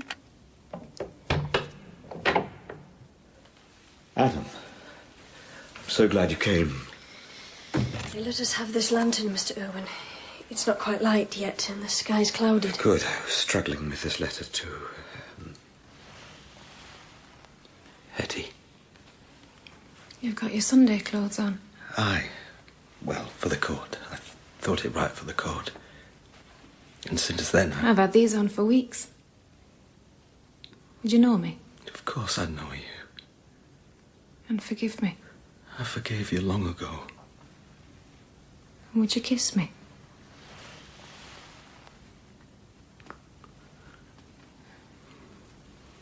The baby died. I know, Hetty.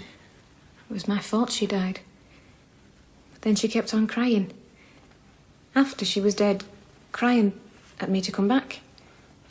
So Dinah said I had to confess, and then God would take the crying away. He'd take all... Adam. You're crying now. Adam Bede. I've never seen you cry. We should pray now. Yes. Miss Morris, would you? Are you sure, Mr. Irwine? Yes. Please. Dear Saviour, let us see thy face of love and sorrow. In you alone may we trust. In Christ alone is there salvation. Yours alone the assurance that our sins may be taken away. Save us, Lord, save us from the law of sin and death. Hetty, what is it? It's true. Hetty? I see his face. Cousin. It's all true. Dear cousin, let me hold you. He's doing it. He's taken them all away. All my sins and all the crying, and no more crying evermore. My heart is free. My chains are off. Hetty, will you sit down? I know it, Dinah. I know it in my heart. My heart's not cold anymore. It's not cold, not hard. melted! It's warm and melted and broken. Sister, please sit down. No, I have to move. See, no chains anymore. And look at Adam. He's not crying anymore. Adam, Dinah has a secret. Hetty. But I mustn't tell you. If you want to know, you have to pray. Confess and pray. Then you'll understand. Then you'll know everything. Oh, look! Look! What is it, Hetty? Angels in the light. I can see angels in the sunlight. Oh, what a life you must have been leading, Dinah. Seeing angels and joy and light diffusing. I wish you'd told me before. I wonder if the dog will be in heaven. Do you think so, Mr. Owen? What dog do you mean, Hetty? The one on the wool cart. That was the first ride I begged on a wool cart. Did Dinah tell you I've been begging rides, Adam? Oh, the things she's got to tell you. The time I've had. And there was this little dog, a kind of spaniel, all shivery with big eyes. I liked it. No, I love it. Are you asking if animals have souls? This one had. You could tell by its eyes it had been lost and now it was found. Like me, and I'll see it again in heaven. Dear cousin, dear sweet sister. That crying's all right. That crying's for joy because her cousin's going to heaven. The dungeon flames with light and the angels are here to take me to heaven. I deserve hell, but I'm going to heaven because I'm forgiven. Forgiven and saved. Here they come. Angels. Hetty Sorrel, it's time. I know.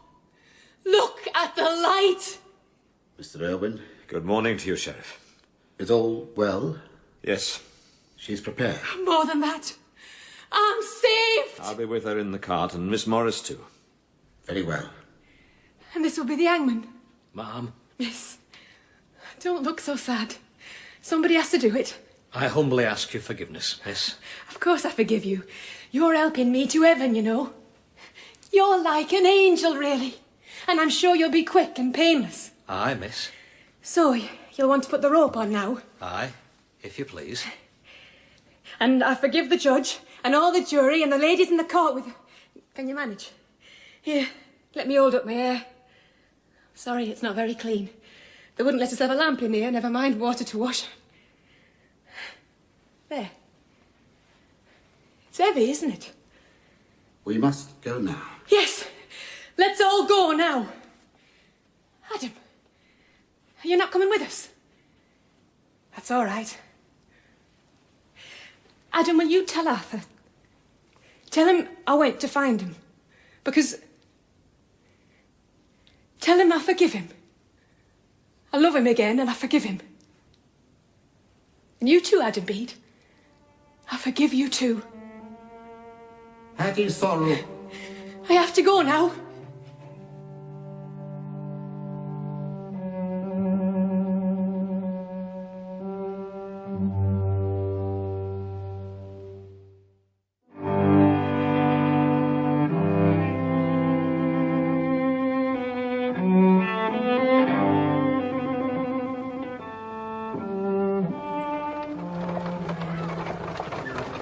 Look at them all. Close your eyes, Hetty. No, I want to look. Keep hold of my hand. And listen to them, cheering me on to heaven. Pray with me, cousin. This is my best day ever. Father, forgive them. Lord, today let this child be with you in paradise. He will, Dinah, don't Into worry. your hands we commend her spirit. I know he will.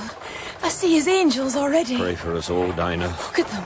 All angels. Glory. Jesus. Glory Our to present Jesus. Saviour, lover of her soul. This is even better than the wool Take her cart. into thy bosom. My chariot to heaven. Guide her to the haven of your love. Look there. Glory. Stop! Stop now! What's this? His angels are all around Out me. of my way! Hetty! It's Arthur. Sheriff, stop! Sheriff, I have the papers. Here they are. You must stop this. Arthur, what? Reprieve, Owen, reprieve. Hetty, you're to live. I have the papers here. Read them, Sheriff. You're to live, Hetty. No! Yes, Hetty. I don't want to live. I want to die. I want to go to heaven. You promised me, Dinah.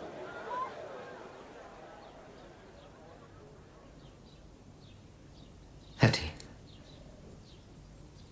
won't you speak to me? Can you never forgive me? No.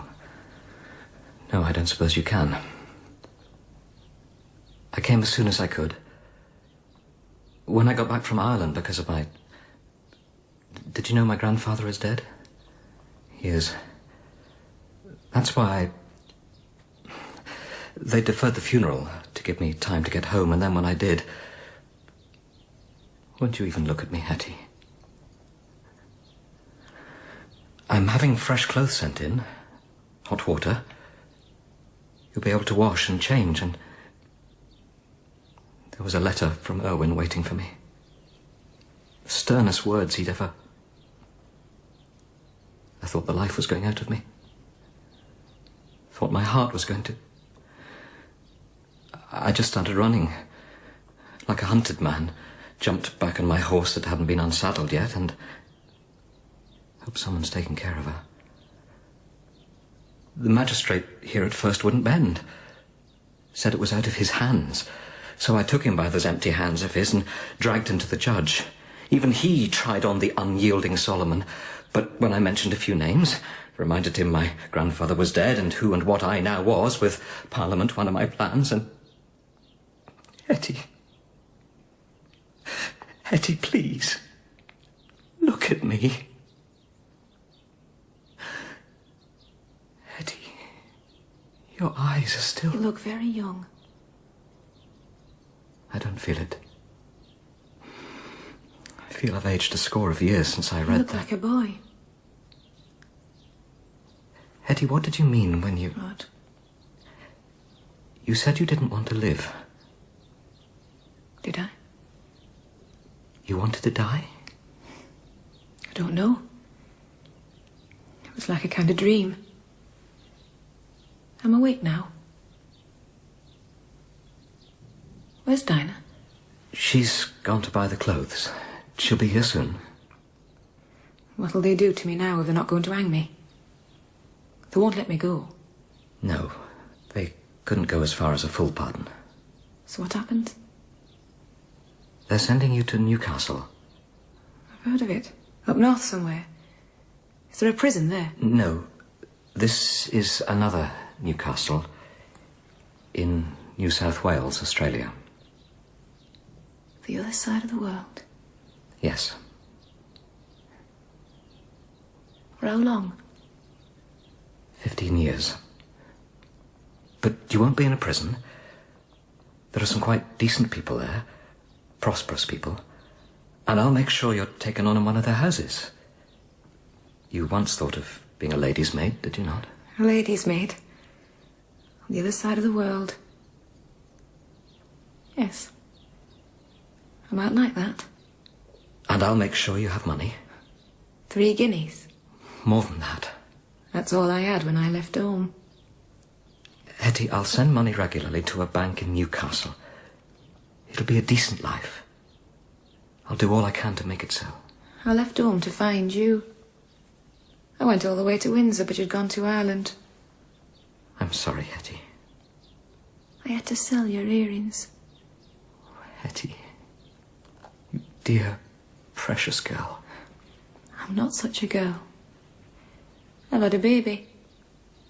Travelled on my own, had a rope put round my neck. I know a bit about the world. I don't mind going to the other side of it. Don't mind at all. Excuse me, sir. I have the new clothes here. Good. Thank you, Dinah. The hot water will be here in a moment. I'll go now. Let you wash and change, Hetty. I'll come back. And if there's anything else you need, anything I can't at all... think of anything, no. Set up the place for me and send the money. That's all.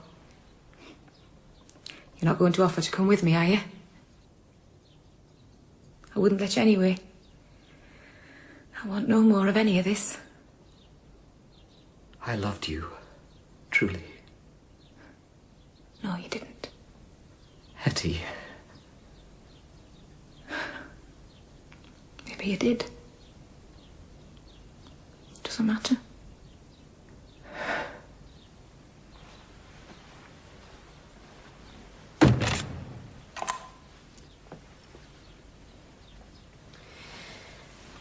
They have to lock the door again. They'd only leave it open while I was alone with him. Look, cousin. 2 new dresses. He's going to find me a position in Australia and send me money. Good. He'll enjoy that. He likes to do the right thing. Don't you think he looks like a boy?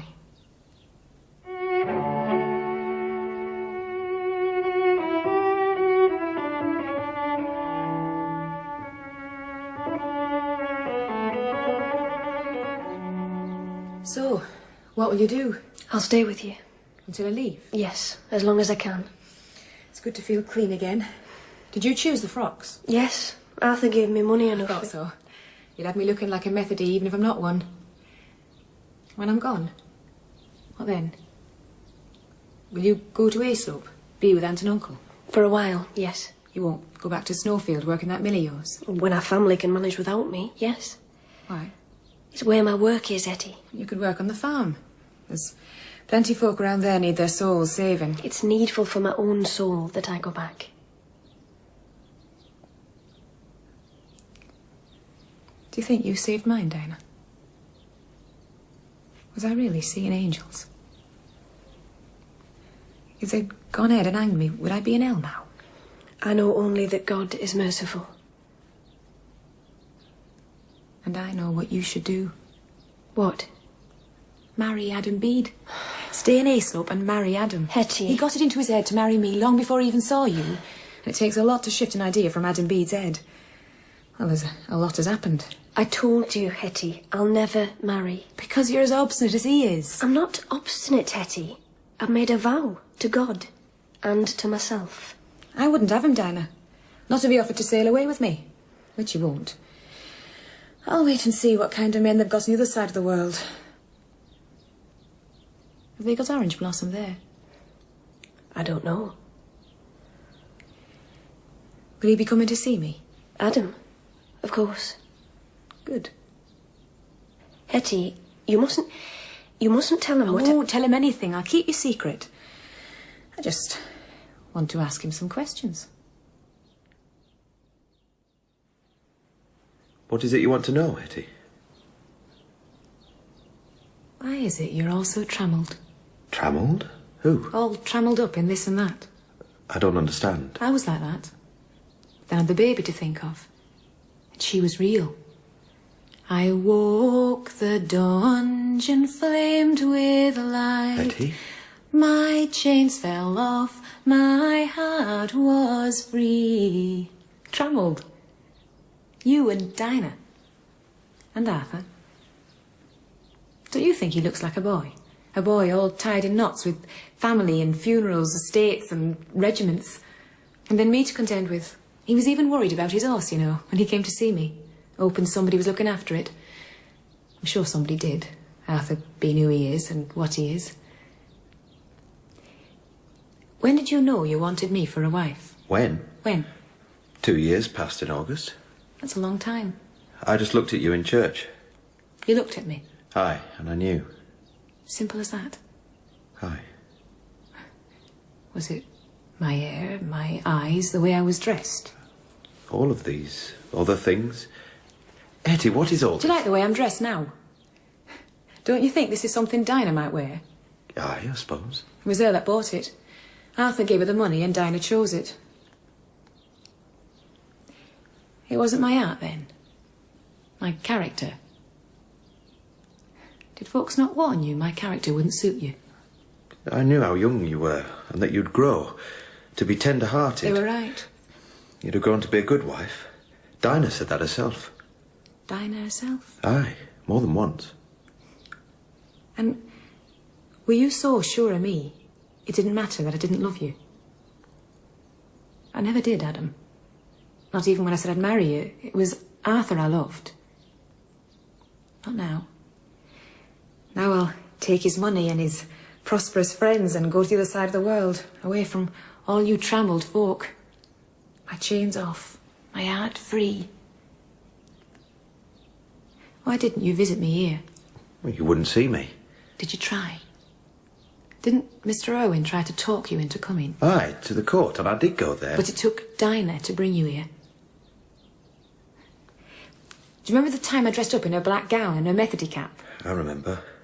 We've been picking the currants. And you said her cap suited her like... What was it? I think I said it fitted her like the cup fits the acorn. That's it. like the cup fits the acorn. Why could you not smile? Smile? When I came in with the clothes on. You went pink and you were trying to smile, but you couldn't quite. Well, your aunt and uncle were there and... But what does all this matter now? Was it like you seen a ghost? And when you saw the real thing for the first time? The real thing? Dinah. The first time you saw Dinah. Can you tell me about that? Why? Tell me. It was just after my father had died. She'd come to help my mother. I didn't know she was there. So when I came down in the morning, I heard her moving in the workroom, and... What? I thought it was you. You thought she was me? Aye. I mean, I knew it couldn't be, but... And then? Dinah says, if we confess, truly, open our hearts and confess, we can have peace. Confess? And joy. So, did you go into the workroom? Aye. And? It wasn't you. No. It was Dinah. What then? Well, I looked at her and... I'd never seen her before, and I'd... And she looked at you. For how long, Adam? How long?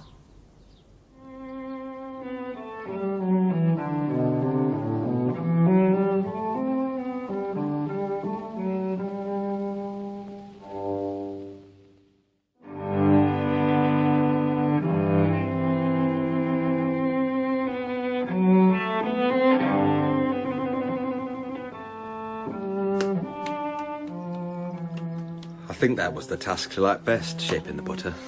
It was the one she was best at. I haven't a skill. You seem able enough to me. And it'll be more pleasant than your mill work, is it not? But they told me you plan to go back tomorrow to Snowfield to the mill. Yes, and to my society work. Seems very soon. Aunt and uncle are taking on new help, a girl from the village. But they'll miss you so.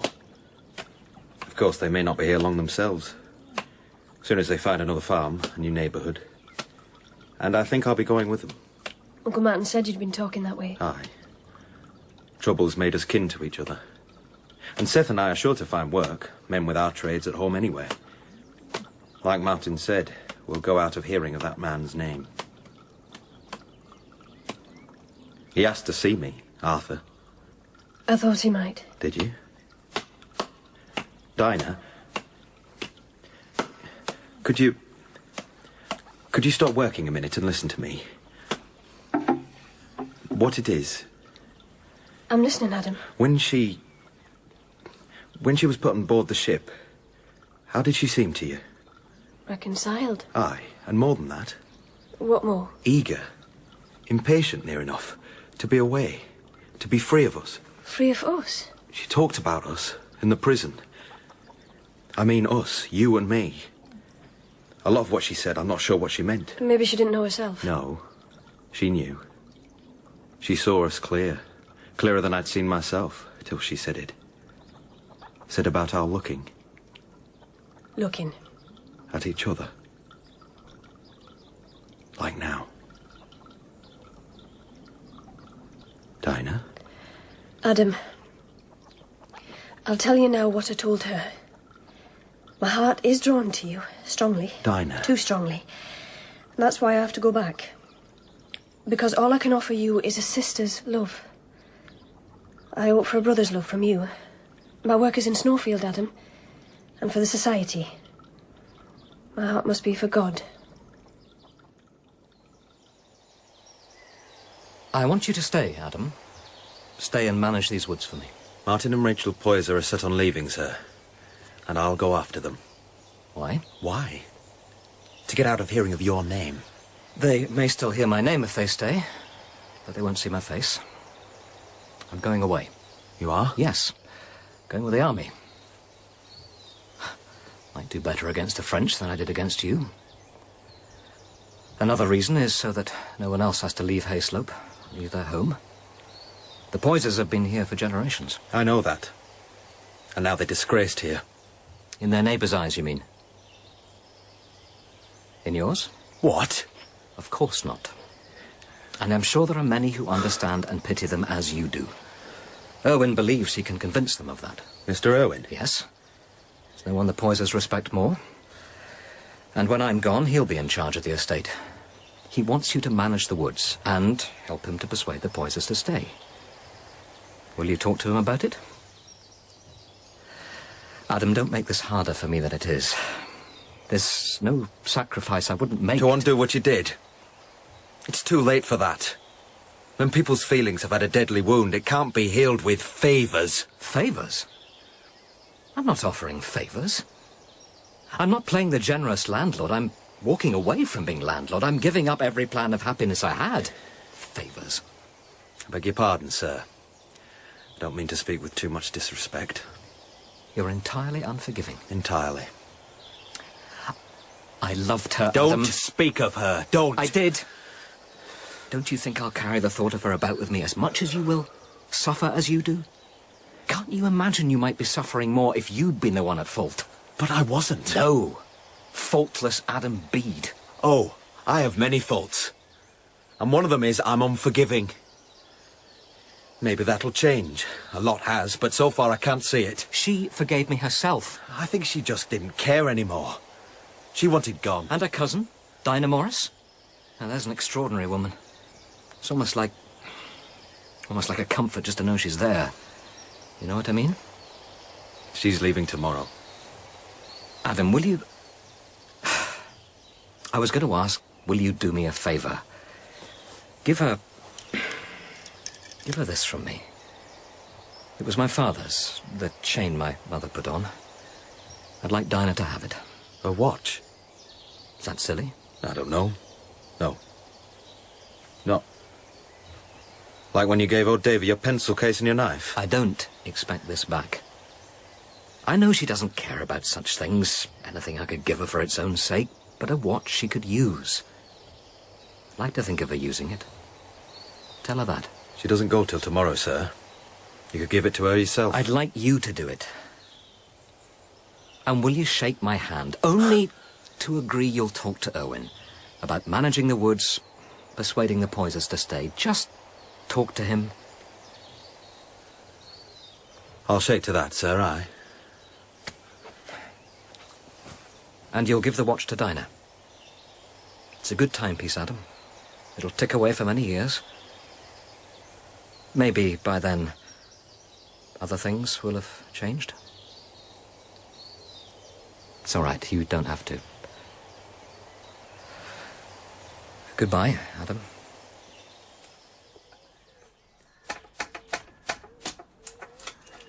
What was that I saw you give to Dinah this morning, brother? A watch. Why would you give her a watch? It was from Arthur. To thank her for all the comfort she's been. You? And Arthur Donnithorne? Here, you have... No, Seth. I shook his hand, but that was only on business matters. You'll miss her so. Aye. So will we all. So we will. I bet we'll be seeing her. I'll see her at society meetings. And she'll always visit here, I'm sure. Aye. So you don't... What, Adam? You're no longer... Oh, no. Well, that seems an age ago. Wishing Dinah Morris for my wife. Well, like a farm boy wishing to captain a ship. She calls me brother. I'm content with that. She called me brother too. Said she hoped for a brother's love from me. Seth, I've spoken to her. Don't recall now all what I said, but I know she told me plain all she could offer was a sister's love. You're not... You don't even look surprised. I wasn't sure about you. I was a Dinah. So was Mother. Mother? Aye. She said, what else would Dinah do but love Adam? But he's made to be loved. And I mind what you said to me. Ask her again. I'm not a Methody, and I never could be. Dinah's not fierce to have folk come into the society, as long as they'll enter the kingdom of God. Aye, well, I have my doubts about even that. How did you know? How do you know the year's turned, Adam? Before you step out the door. Before you even looked out the window. But you know it. The moment you wake up, you know it. A faint little something in the air. Slight things. Simple things. The way maybe she looks and then looks away when you come in. Or does the same at just the mention of you. Looks down and then away. Little things. Like some words a little. Tree. Star. Smile. Or look around you here.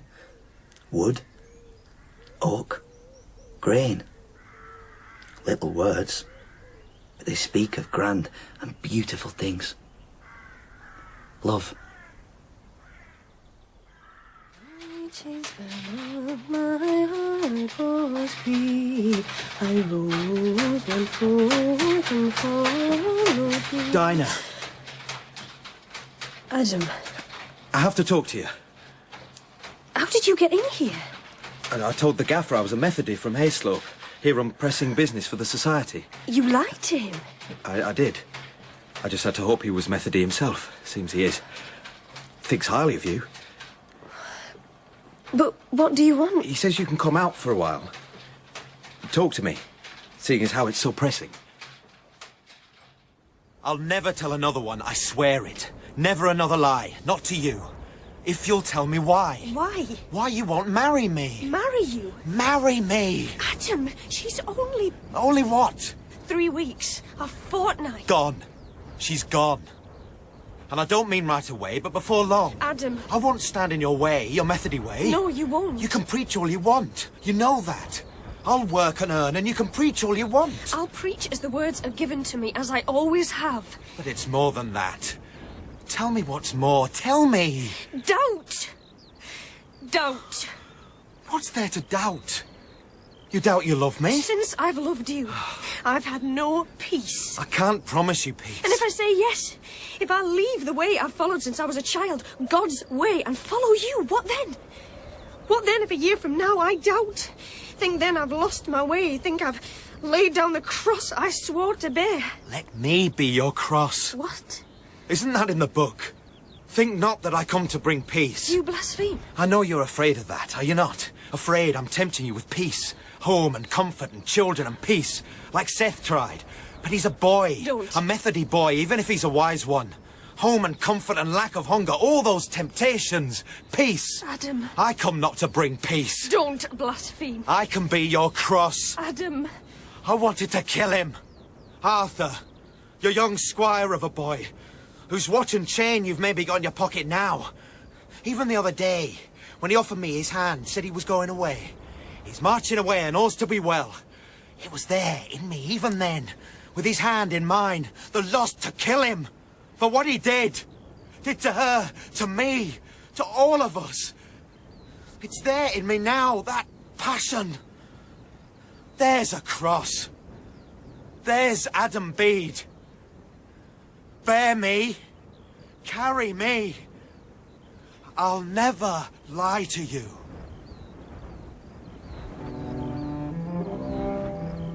Nor I to you. My life is so knit with yours that it's a divided life if I live without you.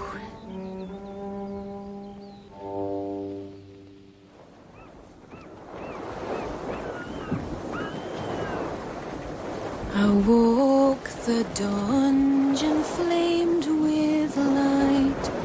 My chains fell off, my heart was free.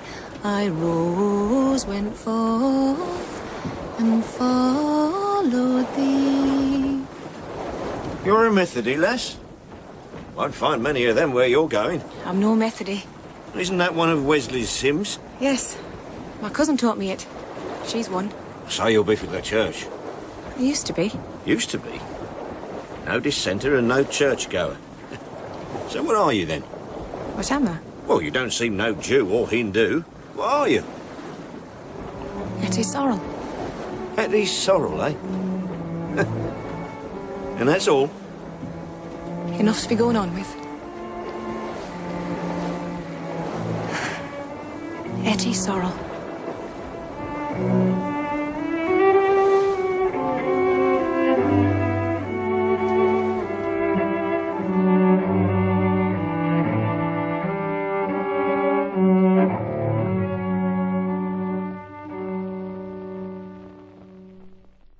Adam Bede by George Eliot was dramatised by Robert Forrest and directed by Patrick Rayner. Thomas Arnold played Adam, Anne Scott Jones was Lisbeth, John Kielty, Seth, Victoria Liddelle was Dinah, Richard Greenwood was Arthur, Noreen Layton, Rachel, Crawford Logan, Mr. Irwine, and James Bryce was Poyser.